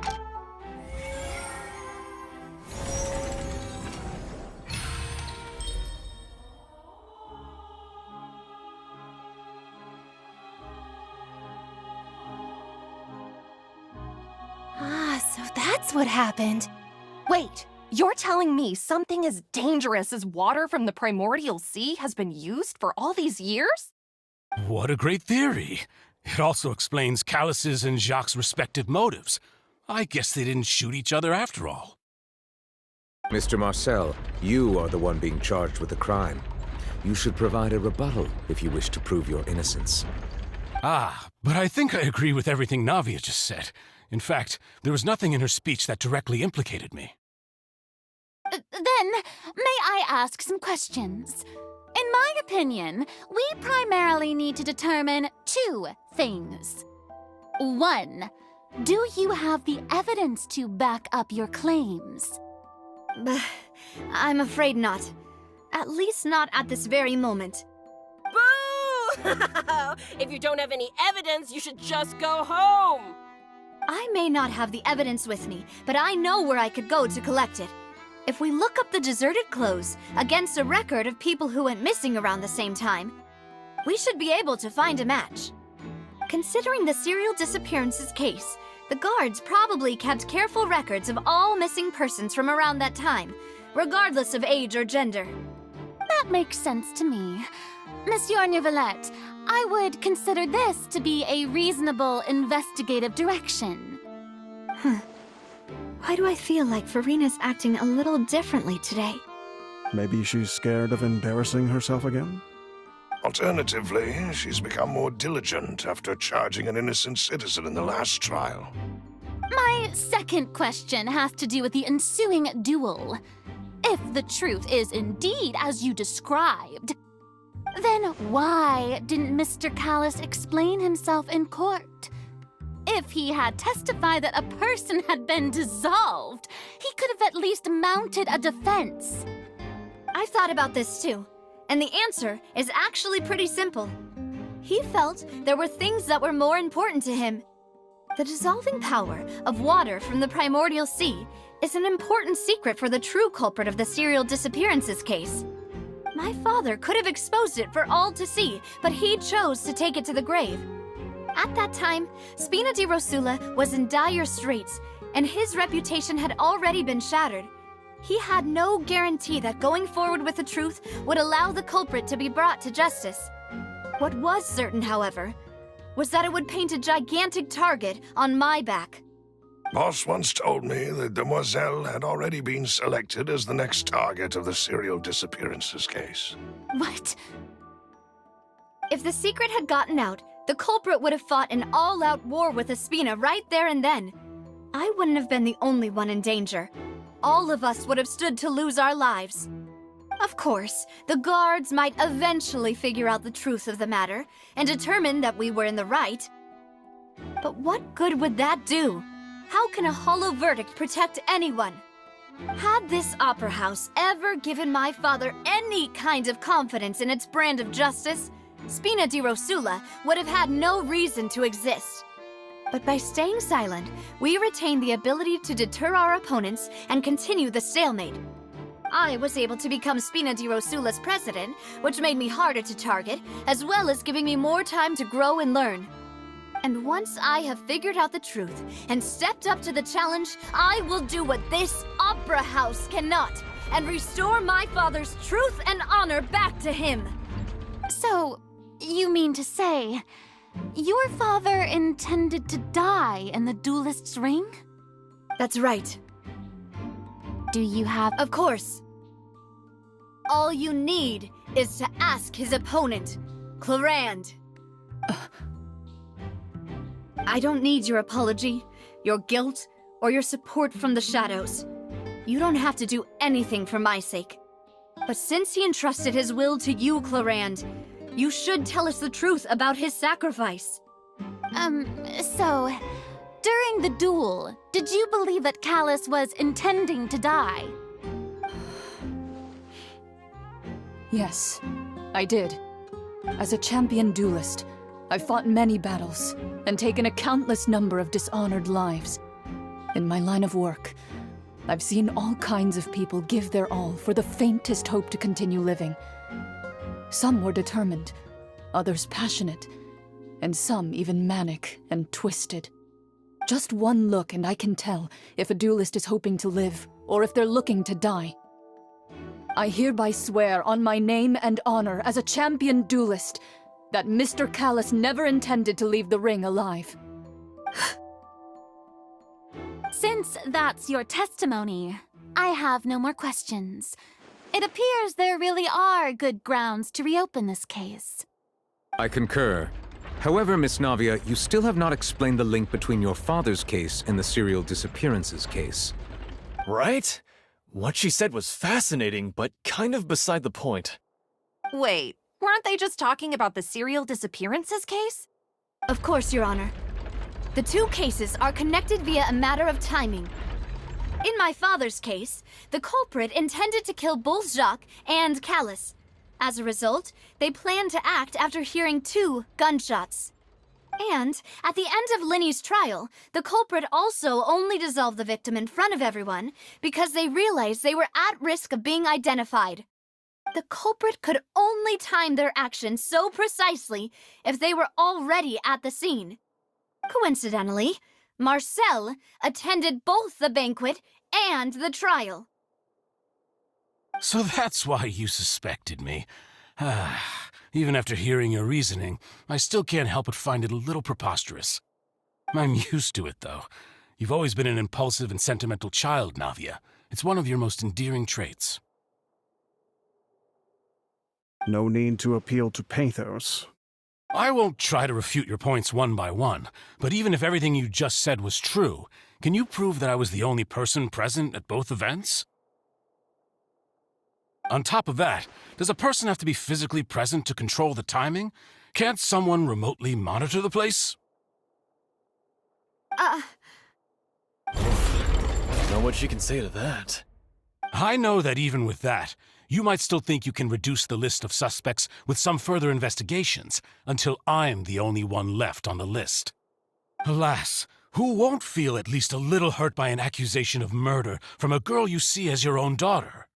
But if I were to dismiss this completely, you'd also think I'm not being considerate of your feelings. Ah well, let Uncle Marcel teach you another lesson. Do you know what the biggest flaw in your reasoning is? I suppose you're gonna tell me anyways. It's timing again. I'm a businessman by trade. From that standpoint, there's no reason for me to kidnap young women. It's a high-risk action with nothing to gain. In addition, I left my home in Snezhnaya when I was young to come to Poisson and work in some trade. My business only thrived when I received Callus's patronage. But the disappearances began before I ever stepped foot in Fontaine. I do apologize, demoiselle. This was my mistake. No, it's not your fault. I'm sure he had come prepared. Is there anything else you'd like to say? Would you like to check the date of my first business license against the first known case of the serial disappearances? You can also take a look at my border entry records, or ask my friends and family when I left Snezhnaya for the first time. Could those records and testimonies do something to appease the unspeakable anguish in your heart? Seems like she got the wrong guy. At this rate, Navia will be convicted for falsely accusing him. I think you've done a superb job of dissecting your father's feelings as he neared the end of his life. But aren't you going against all of his wishes and expectations right now? He wished for you to become more rational, collected, and conscientious, instead of dwelling only on your own feelings. Once you've learned to be more considerate of others' feelings, and to stop rushing headlong into things, you'd have met most of his expectations. This isn't just about me, and it never has been. The biggest difference between me and the rest of the victims is that I still have the ability to search for the truth, while that same agency has long been taken from them. The people whose families were destroyed by synth abuse, the people who lost their loved ones to the serial disappearances, and the people who suffered tragic ends due to their sense of justice.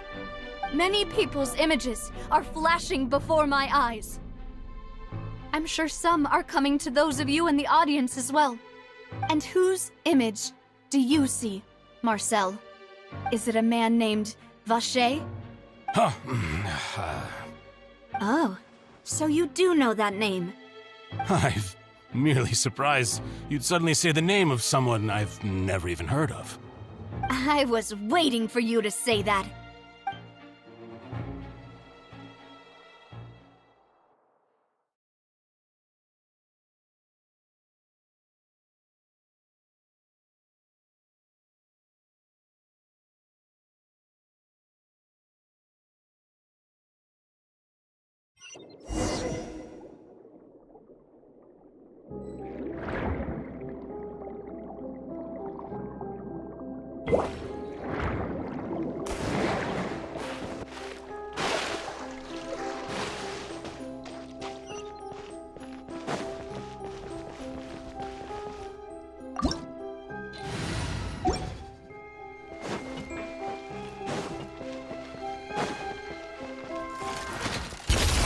Paradigm shift. Merciless.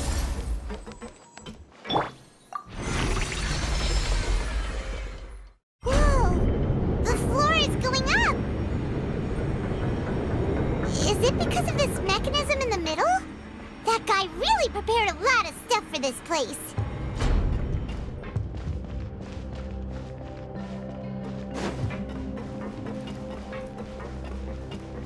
Paimon thinks we need to go up, but Paimon doesn't see a way. Let's take a look around. Maybe we'll find a hidden mechanism that'll show us the way up.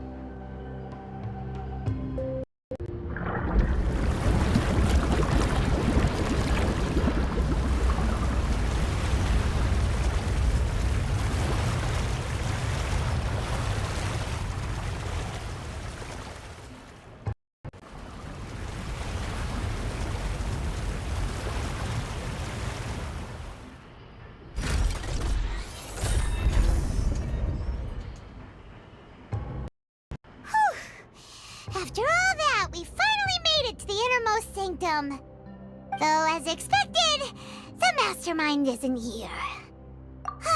That's right. Then let's hurry up and find some evidence so we can get back to the Opera House and help Navia. What's all this? It's a bunch of really cute things. Pink accessories, a hair tie, a necklace, even a makeup box. Oh, Paimon sees it too, but why are all these cute things labeled with different girls' names? Huh? You mean the girls from the serial disappearances? And then they were turned into water. And all the boxes of things, these names. That means... Oh, this... Let's see what's written here. Nothing escapes Detective Paimon's eyes. Callus. Navia's father. Oh, this seems to be an investigation report on him. Yep, it's about finding someone to assassinate Jacques and Callus because of a lack of confidence that Jacques himself would go through with it. This should prove the existence of the third person, right? We still have not determined the exact content of the key information Callus has passed on to certain members of his organization. The old dog's a real menace to deal with. Even if he abides by the promise he's made to us, he will still have the upper hand. He can act whenever he wants to make our lives miserable.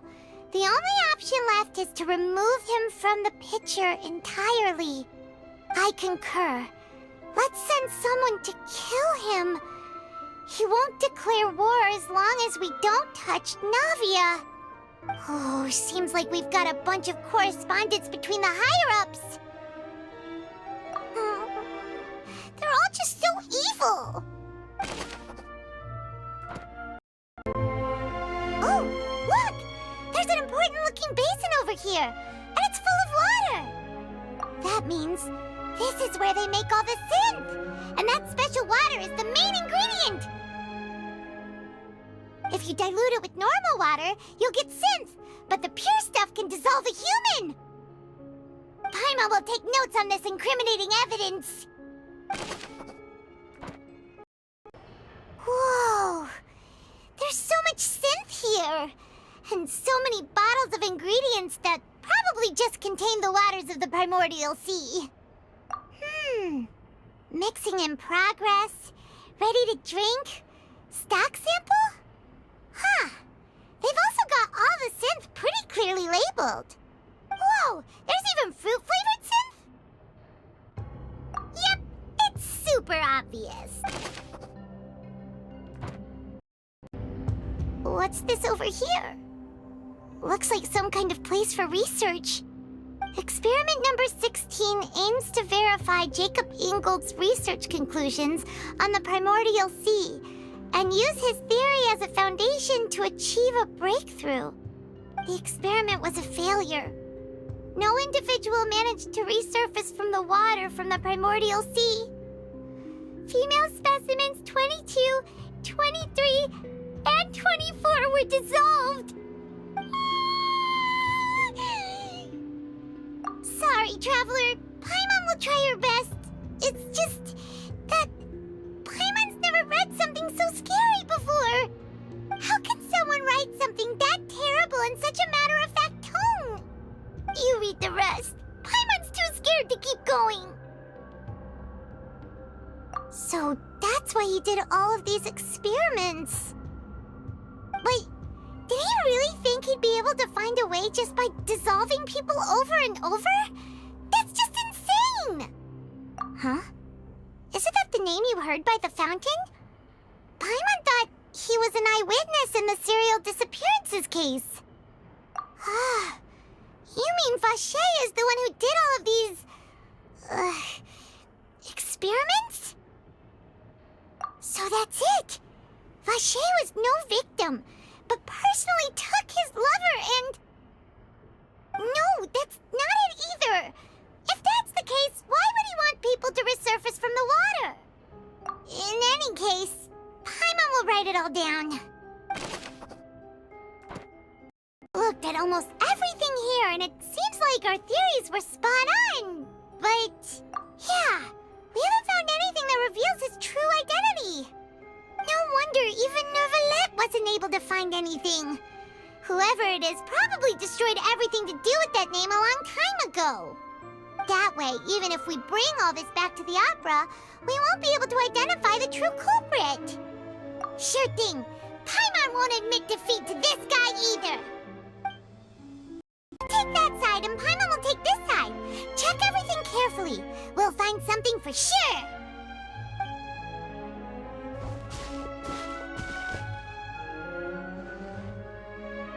Ugh. Nothing at all. And Paimon can't even find snacks either.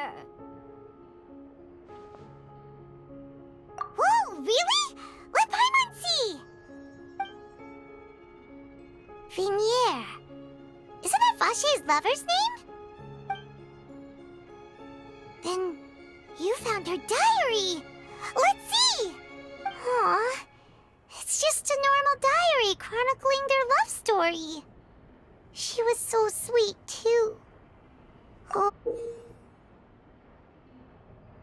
So many! A whole page's worth! But they're all crossed out. Was she unhappy with all of them? The final name she decided on was... Marcel. Wait, but Marcel's pretty old. Has this case been going on for so long that he's Vache and Vinier's grown son? Hey!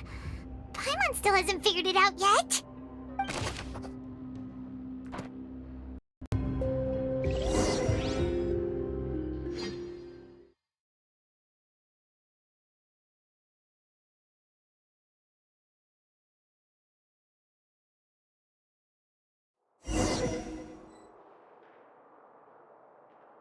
And whose image do you see, Marcel?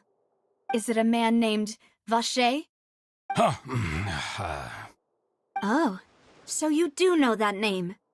I'm merely surprised you'd suddenly say the name of someone I've never even heard of. I was waiting for you to say that. Navia! We're back! As expected of my partner. I just knew you'd return in the nick of time. Just how often do you intend to flout the rules of this court? It's all right, Monsieur Neuvillette. Given their confidence, I expect they've found the crucial evidence.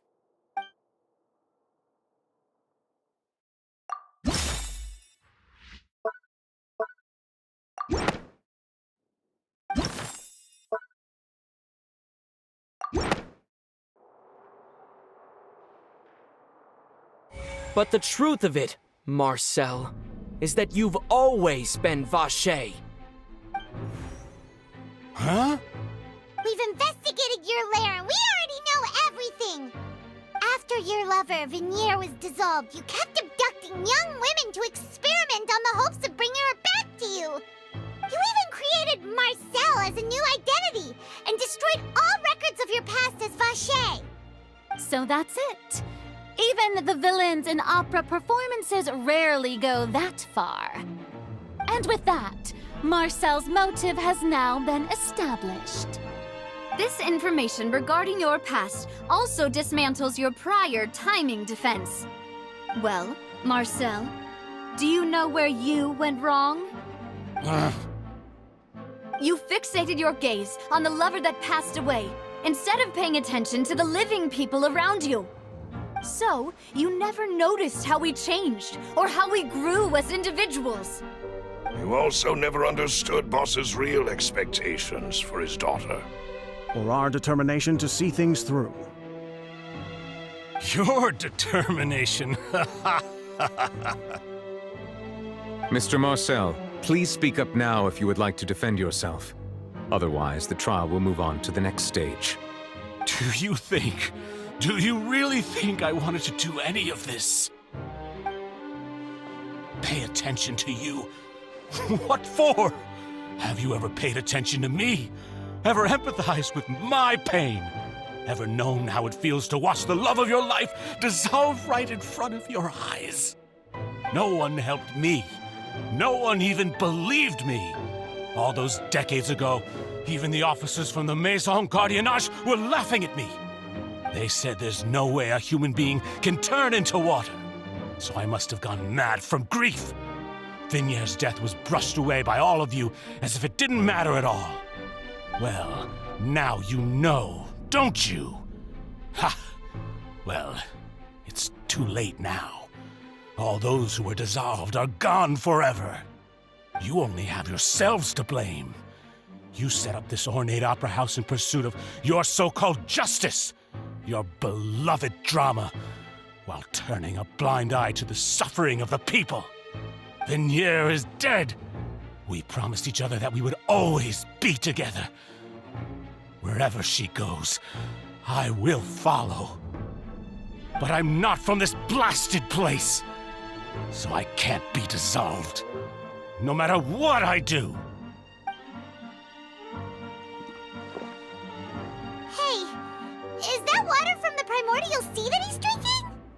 I can't dissolve! Can't dissolve! Can't dissolve! Do you all see? I can't go, I can't follow. So if I can't go where she is, what choice do I have but to try to bring her back? I did all of that, and in the end, that accursed Callus still got the better of me. I spent my entire life living on pins and needles, only to get stabbed by his idiot daughter at the very end. The suspect is exhibiting signs of mental distress. Guards, please restrain him. Don't touch me! Don't anybody come near me. I still need to save Venier. I promise. We made a promise. Venier. Venier! Please, Venier. Don't think badly of me. All I want to do is fulfill our promise. At this point, the verdict of this trial is clear. With Mr. Marcel's conviction, the charges against Mr. Tartaglia no longer have any basis. Fine by me. I was in a bad mood, but after a show like that, I'm actually feeling pretty good. Traveler, please submit all the evidence you have collected to the guards, so that I might review and summarize the truth behind the serial disappearances case. The man now known as Marcel was originally named Vache and worked as an adventurer with his partner and lover Venier. During an underwater expedition, Venier accidentally came into contact with water from the primordial sea and was dissolved in front of Vache as a result. Vache learned of the primordial water's existence through the work of others and began to kidnap young women for research, with the goal of discovering a method to restore Venier back to life. To cover his tracks, he invented the new alias of Marcel and began to operate a business in Poisson. During the course of his research, Vacher discovered that a diluted concoction of water from the primordial sea can induce feelings of euphoria, and began to manufacture and market synth. However, as he accumulated wealth to fund his continued research and expanded the scope, he came into conflict with Spina di Rosula. After exchanging blows with Spina di Rosula for many years, Vacher decided to assassinate their president Callus at a banquet. Although the assassination did not go as Vacher expected, he was able to turn Callus into the murder suspect by dissolving the assassin he sent to the scene. And just recently, Vacher attempted to frame Linny as the culprit of the serial disappearances case, using a similar method. However, his attempt to frame Linny failed, and the power of water from the primordial sea became public knowledge. This case also exposed enough of Vacher's machinations that he was eventually successfully charged in court. Thus concludes the enigmatic history of the serial disappearances case, with the truth revealed to all.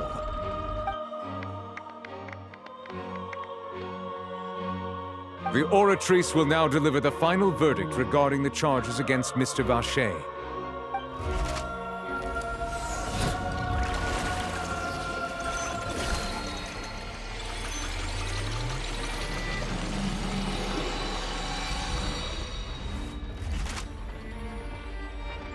According to the judgment of the Oratrice Mécanique d'Analyse Cardinale, Mr. Vacher is guilty. Guards! Take Vacher away. Good. It's what he deserves. With that, the serial disappearances case is over now. We really just witnessed history. Who would have thought the true culprit would be such a polite and well-spoken guy? Yippee! We helped Navia bring the bad guy to justice! He's hurt so many innocent people and now he's finally getting what he deserves! Huh? Are you okay? Demoiselle, you were absolutely brilliant. The day our late boss had always hoped for has finally come.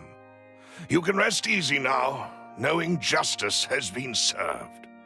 Yeah. It's finally over. It's all thanks to you guys. And my partner. See, Papa? Spina di Rosula's still doing well with me at the helm. Well now, hasn't this been a most delicious piece of drama? The villain has been caught, justice has been served, past wrongs have been righted, and it's a big ol' happy ending. Since it's been such a great show, I'll just let the false accusations against me slide. Either way, I've still got some business to attend to, so... Please wait just one moment, Mr. Tartaglia. What now? None of this has anything to do with me. According to court protocol, since this trial was initiated due to a charge against you, a verdict must also be made regarding the initial charge before the trial can conclude. Oh, come on. Is this really necessary? Haven't you already caught the real criminal? Isn't it time for side characters like me to exit stage left? Please respect the laws of Fontaine. This has always been the rule. All right, but this sure is a lot of hassle. All I need to do is stand over there, right? Let's just get this over with. Through evidence presented in the public trial that was just held, it has been established that Mr. Tartaglia has no direct connection to the serial disappearances case. The guilty party has been identified, and thus it is logical to suppose Mr. Tartaglia is innocent of the charges. We now turn to the Oratrice Mécanique d'Analyse Cardinale to render the final verdict on the charges.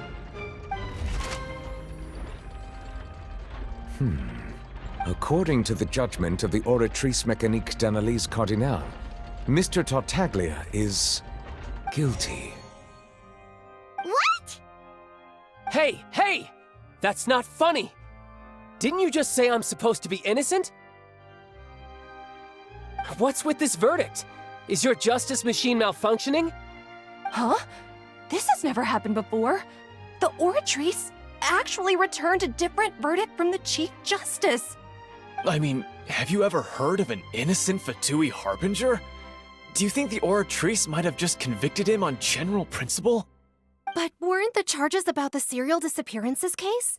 No matter what else he's guilty of, it shouldn't affect the verdict in this case, right? The judgment of the Oratrice Mécanique d'Analyse Cardinal is, by law, the final verdict of the court. We must accept the guilty verdict. Guards, please take the suspect into custody per court protocol.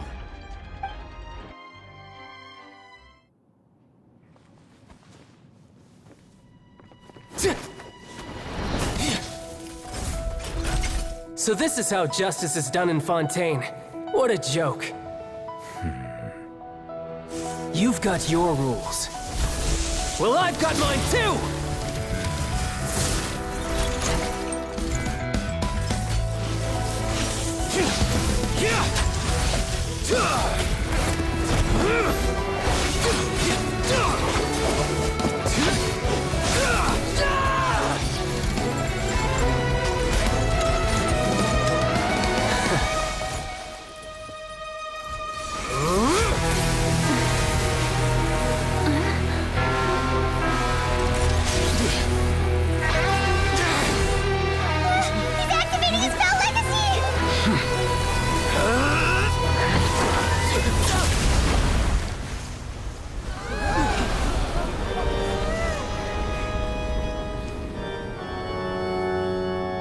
I am sorry.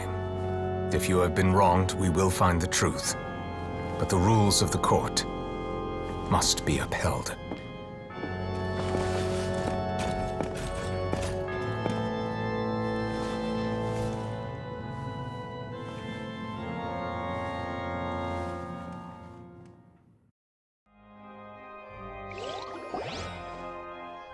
Hey, Monsieur Novelette, what's going on? Shouldn't they have been cleared already? Apologies. This is also the first time I've encountered such a situation. However, according to the rules established at the conception of Fontaine's court system, the Oratrice's judgment is the final verdict of the court. All I do is follow court procedure. As for why the Oratrice arrived at the conclusion it did, you should probably ask someone more knowledgeable than me. Why are you looking at me? I had nothing to do with it! I don't know what happened there either! Hey, stop staring at me! What does Lady Verena mean by that? She says she has no idea either, but that's impossible. Didn't she create the Oratrice herself? Yeah, so are the verdicts reliable or not? Can results like this really be called justice?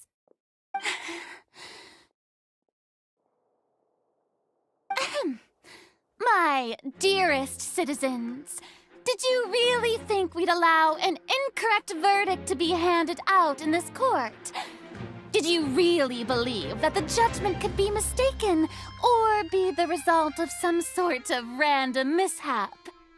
Don't tell me you thought even I had been blindsided by the Oratrice's result. But the way she looked just now, it was pretty obvious she had no idea what was going on. However, given the state of things, I shall give you an explanation. Everything that just took place, including my supposed shock and bafflement, was a part of an elaborate performance, with every action meant to stir up drama and excitement. And, of course, for every performance there is a script. Everything has unfolded exactly as I expected from the very beginning. As the embodiment of the very concept of justice, the Oratrice shall never render an arbitrary judgment! If you thought Child had nothing to do with the serial disappearances case, it is only because you've been blinded by the superficial appearance of innocence. Everything he's done, not to mention the danger he poses, are beyond ordinary comprehension and completely unforgivable! All shall be revealed in time. you will come to understand my noble intentions, as well as the absolute correctness of the oratrice's verdict.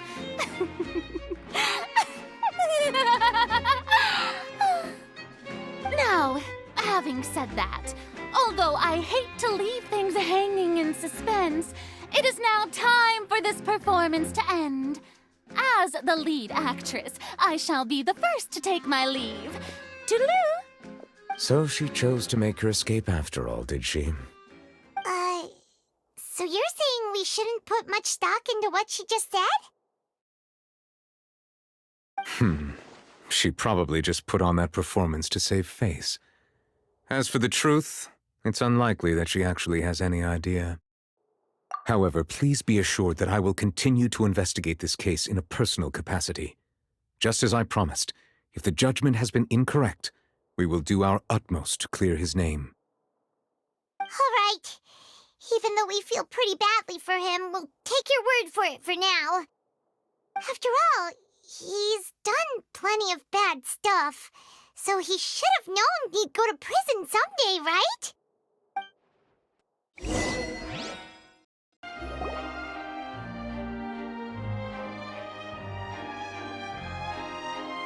Hey, what are you doing? Quick, stop him! Traveler! Hey! Traveler! Marcel! What are you doing over here? Stop resisting arrest! Cease, or we'll add another charge to the list! No, wait! I just want to ask the Traveler something. I'm not looking to run away. Please, just let me ask this one small thing. Go on. Thank you. I was being led away when I finally realized something. Where did you first hear the name Vacher? I erased all records of that name. So, unless... Are you still trying to prove your innocence? Give it up. You've already been convicted. Really? You did? You're sure? You met her? But how could that be? How did you manage to do it? The Fountain of Lucine? Then she's been so close to me all along. And I just never... Please give me a chance to talk to her again. Just let the Traveler take me to the fountain to see her one last time. This is the last request I'll ever make in my life. You can do whatever you want to me afterwards. I don't care. What? Give an inch and you want to take a mile? Do you think serial killers get to make requests like that? Paimon agrees. Why should we give him what he wants when he's only done a ton of super terrible things? This request, is it worth as much to you as your life? Of course! Wait, no. It's worth even more than my life. Humans. Will they betray the instinct to live just to satisfy spiritual needs? Very well. I will grant your request. Your Honor, I fear that... I will go with him. You do not need to worry about any escape. In that case, I shall leave him in your most capable hands, Chief Justice. Thank you, Your Honor.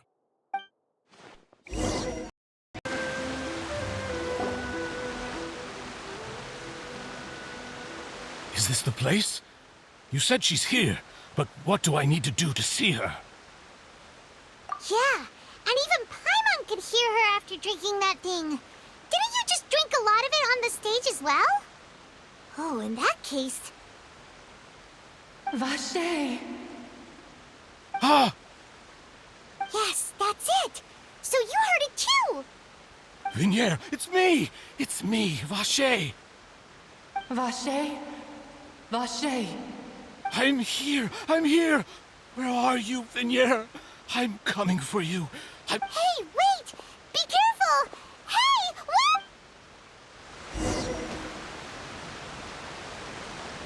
Vignier, is that you? It's me, Vacher! Vignier! Vacher? Why did you come? Didn't I say? You don't need to look for me. You look a lot older than I remember. How long has it been? It's been more than 20 years. I've suffered for over 20 years since the day you left. All this time, only the thought of bringing you back has kept me alive. Nothing else mattered to me. I must be dreaming. Who would have thought I'd get the chance to tell you all of my feelings like this? Vignier, you are my everything. I really don't know how I could live without you. But Vache, if you ask me, this world would be better off without you.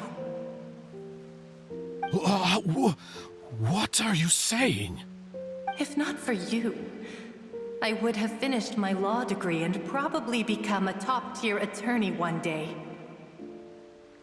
If not for you, I would have continued to pursue my love of the arts, and my works would have been displayed in the Palais Mermonia itself. If not for you, I would at least have been able to take care of my mother. And she would not have grown old and died alone, with nothing but the tears on her cheeks. It's all because of your selfishness, Vache. It's all because of you. You... Wait, you are not Vignier. Who are you? You're right. I am not Vignier.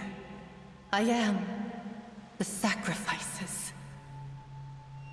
Every woman who died by your hand, as our bodies dissolved, our consciousnesses flowed back to the primordial sea. Our thoughts circulated endlessly within the primordial sea, and we were no longer individuals, but we became one, just as streams of water come together in the sea. I'm Cressy. I'm Lemony. I'm Azine. The only one I am not is Vignier. Why? But then, where is Vignier? She doesn't want to see you anymore. Every tendril of her consciousness is avoiding you. This is what you get for your selfishness. Your selfishness robbed us of our lives and our futures. You said time and time again that you'd do any and everything for her. But did you ever consider whether she'd want to see you do the things that you did? If she would despise you for what you became?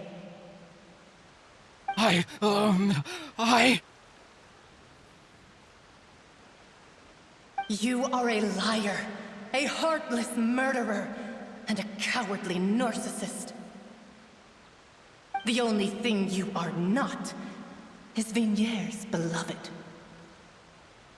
From the moment your first victim died and her consciousness merged with Vignier's, she has had nothing but pure hatred for you.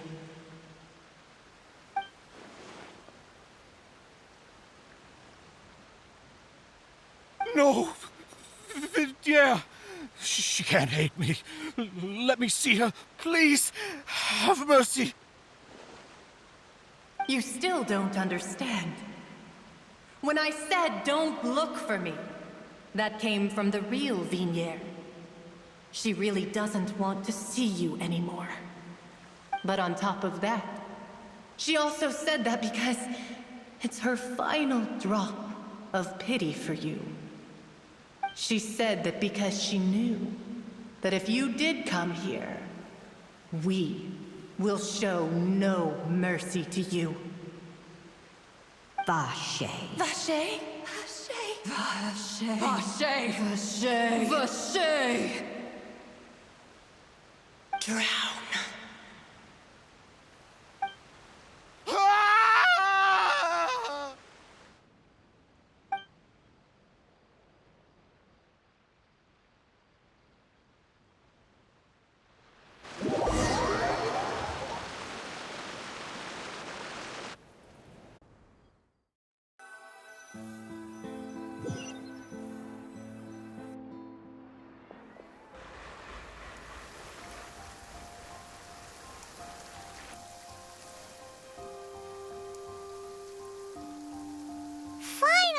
have some time to do shopping. Gosh, it's really been a long time since we've been able to relax. Huh. Well met, partner. I knew something great was going to happen when I woke up in such a good mood today. Even this weather can't put a damper on the demoiselle's mood. It's a pleasure to see you both again. Oh, hey, Navia! It's been a few days. Paimon's already started to miss you. Oh, now that I believe. I'm easy to work with and always bring home the bacon. Who wouldn't treasure having a partner like me? Sounds like you're really enjoying life these days, Navia. What have you been busy with since the trial? It's just been one thing after the other. I've been making non-stop trips between Poisson and the courts in Sen.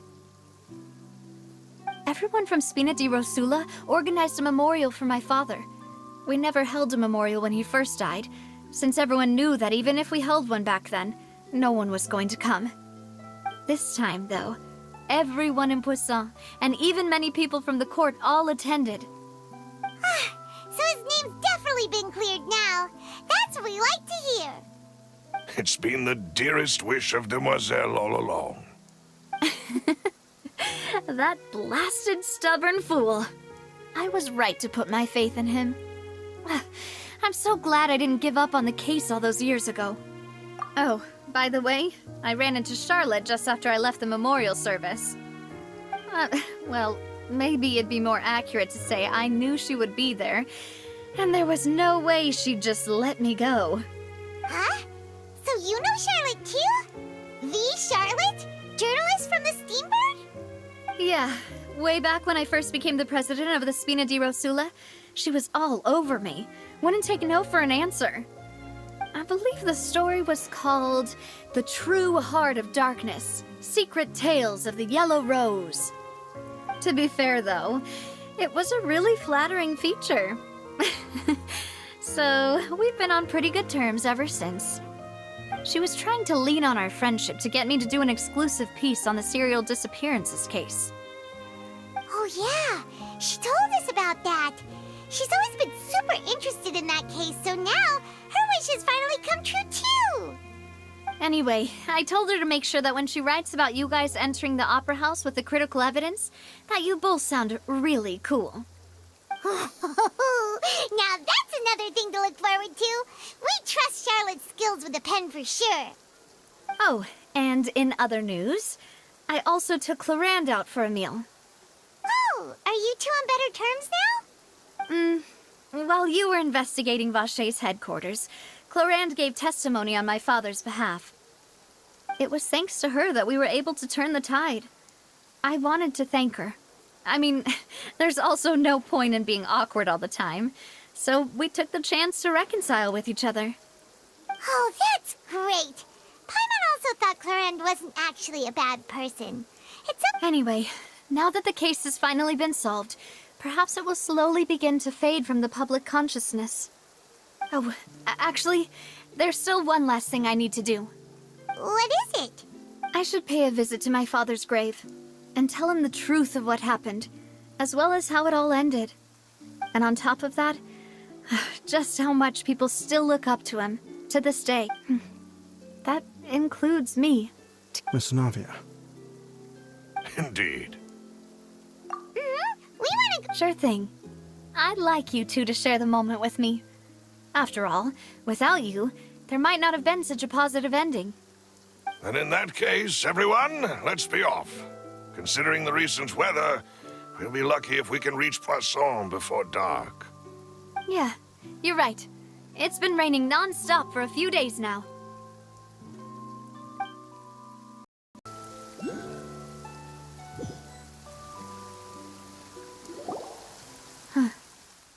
This is where my father's grave is. To be perfectly honest, even I haven't been back here for a long time. Huh? There's someone there already. Wait. That figure. It can't... Isn't that Dervalette? Why would the Chief Justice be here? Huh? Navia?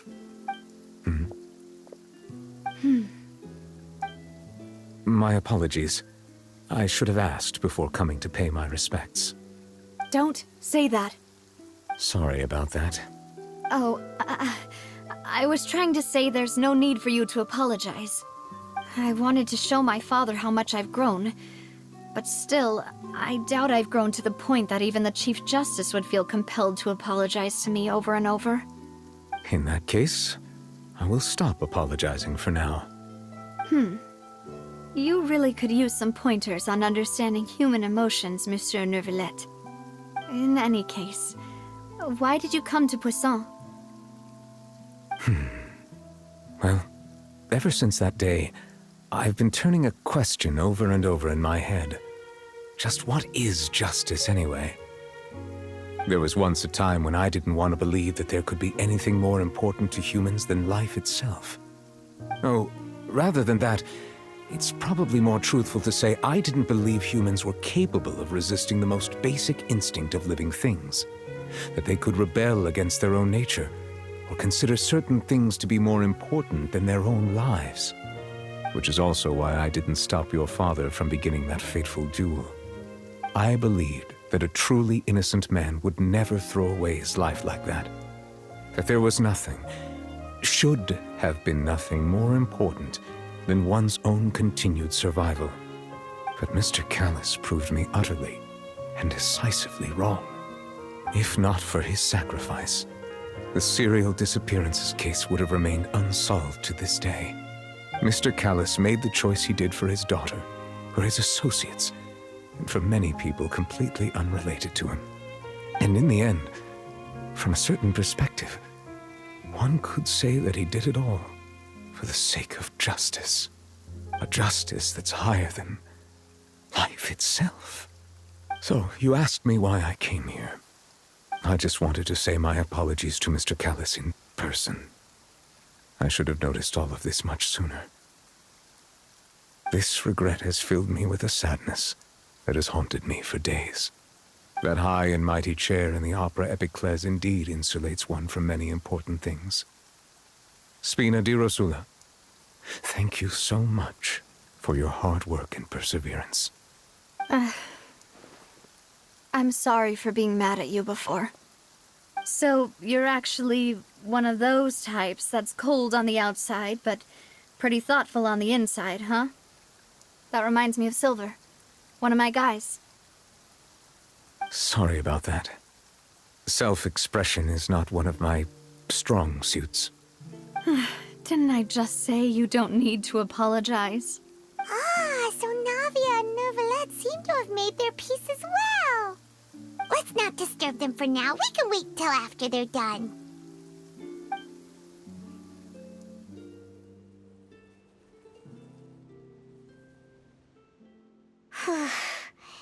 Paimon's never paid respects at someone's grave before. Did Paimon do anything rude there? Huh? Oh, Paimon didn't know that was a thing.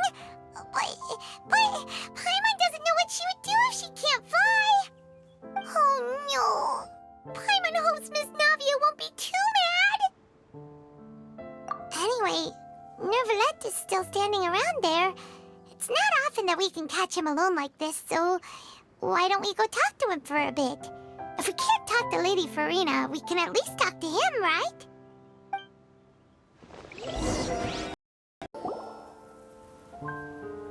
Oh, it's you two.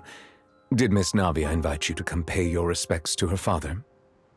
Mm-hmm. We ran into Navia on the streets today, so we just followed her here. I see. Then is there something that I can help you with? Well, it's pretty hard to run into you like this, since you're usually super busy. So we figured we could try to ask you a few questions, if that's okay. Please feel free. Though outsiders, you helped us solve one of the greatest mysteries in Fontaine, and it would be my pleasure to return the favor. So, at court, the bad guys referred to that special water as water from the primordial sea, but what is it really? Truthfully, that name is already quite accurate. I can only surmise that Vacher and his ilk only learned of its nature and existence after extensive research. There used to be a special sea on the surface of this planet. The nature of its seawater was rather different from that of the sea we know today. Most of Tevat's life forms were first born in that special sea. You could say it nurtured much of the life on this planet. Huh. So it really was where everything began. It makes sense to call it primordial then. But today, the primordial sea no longer exists on the planet's surface. What Vache discovered must have been some kind of special case, or a remnant from a truly ancient age. Huh. So that's how it is. Oh, you really know everything, Monsieur Neuvillette. But if that's the case, then why would people, at least people from Fontaine, dissolve in that kind of water? Indeed. Why would the primordial sea, which was known to engender and nurture life, suddenly reverse itself and devour life instead? To be frank, that also doesn't match my understanding of this world and its laws. There must still be some unknown secrets around the people of this land. Is there anything else you'd like to add? That the sea levels will rise and everyone will be dissolved in water, leaving Farina crying alone on her throne, but the sins of the people will be finally washed away for good? Does that appropriately summarize the version you've heard? That's right! It was Lenny that told us back then. And that about covers all the main points. Yes, up to the present, I think we reached a point where we have no choice but to confront this prophecy directly. Rumors have it that this prophecy is rooted in the last words the former Hydro Archon left to the world before she passed away. A prophecy? Of the former Hydro Archon? Wow. This is the first time that we've ever heard of it. 2 parts of the prophecy have already proven correct. The rising sea levels and the ability of the people of Fontaine to be dissolved.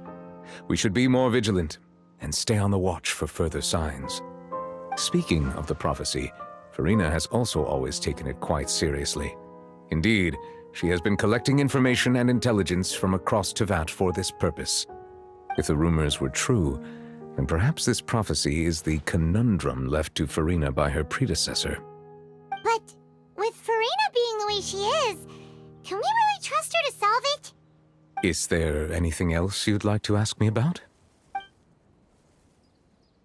My apologies. My investigation has still not reached its conclusion. However, I still believe the judgment of the Oratrice was not rendered arbitrarily. Huh? But you also said you thought he was innocent. For many years, I have been quite aware that the Oratrice does not simply mechanically repeat the verdict that I give on each case. As a divinely created mechanism, the people's unified faith in the concept of justice is integrated into it. Not only can it produce the incredible power of indemnitium, but it likely also possesses other traits, such as self-awareness. Which is all to say, I have been prepared for a situation like this for a long time. Huh. So when Lenny told us that he heard a human voice from the room where the Oratrice's core is stored... I was not aware such a thing had occurred. Perhaps that could serve to prove my conjecture. I will add that to the list of items to investigate. In any case, I am inclined to believe that the Oratrice does have a methodology all its own. We just do not have enough information. Based on Farina's reaction, I doubt even she had any idea what was going on. She managed to bluff her way through it, though, with her time-tested twin tricks of bravado and drama. While we do intend to get to the bottom of this, for now, we regret to say that the Fatui Harbinger will just have to bide his time in the fortress of Meripede. If we did incorrectly convict him of crimes he did not commit, we will most certainly compensate him to the fullest extent allowed by the law. If you ask Paimon, the only compensation he'll want... Is there anything else you'd like to ask me about? Your sibling, another blonde-haired traveler. I'm sorry, but I've never seen anyone who matches that description. If she ever stepped foot in Fontaine, I'm sure she followed our laws to the letter, and had no reason to appear on the stage of the opera Epiclese. Is there anything else you'd like to... Very well. It was my honor to provide you with what answers I could. I very much enjoyed conversing with you. It will soon be time for me to leave this blissful tranquility behind and return to Palais Memoria. You really are super busy, Monsieur Neuvillette. Paimon thought you only came here to pay your respects today because you had the day off. Crime and villainy do not have the day off, and so justice must work around the clock as well. This is merely the nature of a justice's work. All right, you've got a point. Huh? Paimon just noticed that the rain has stopped.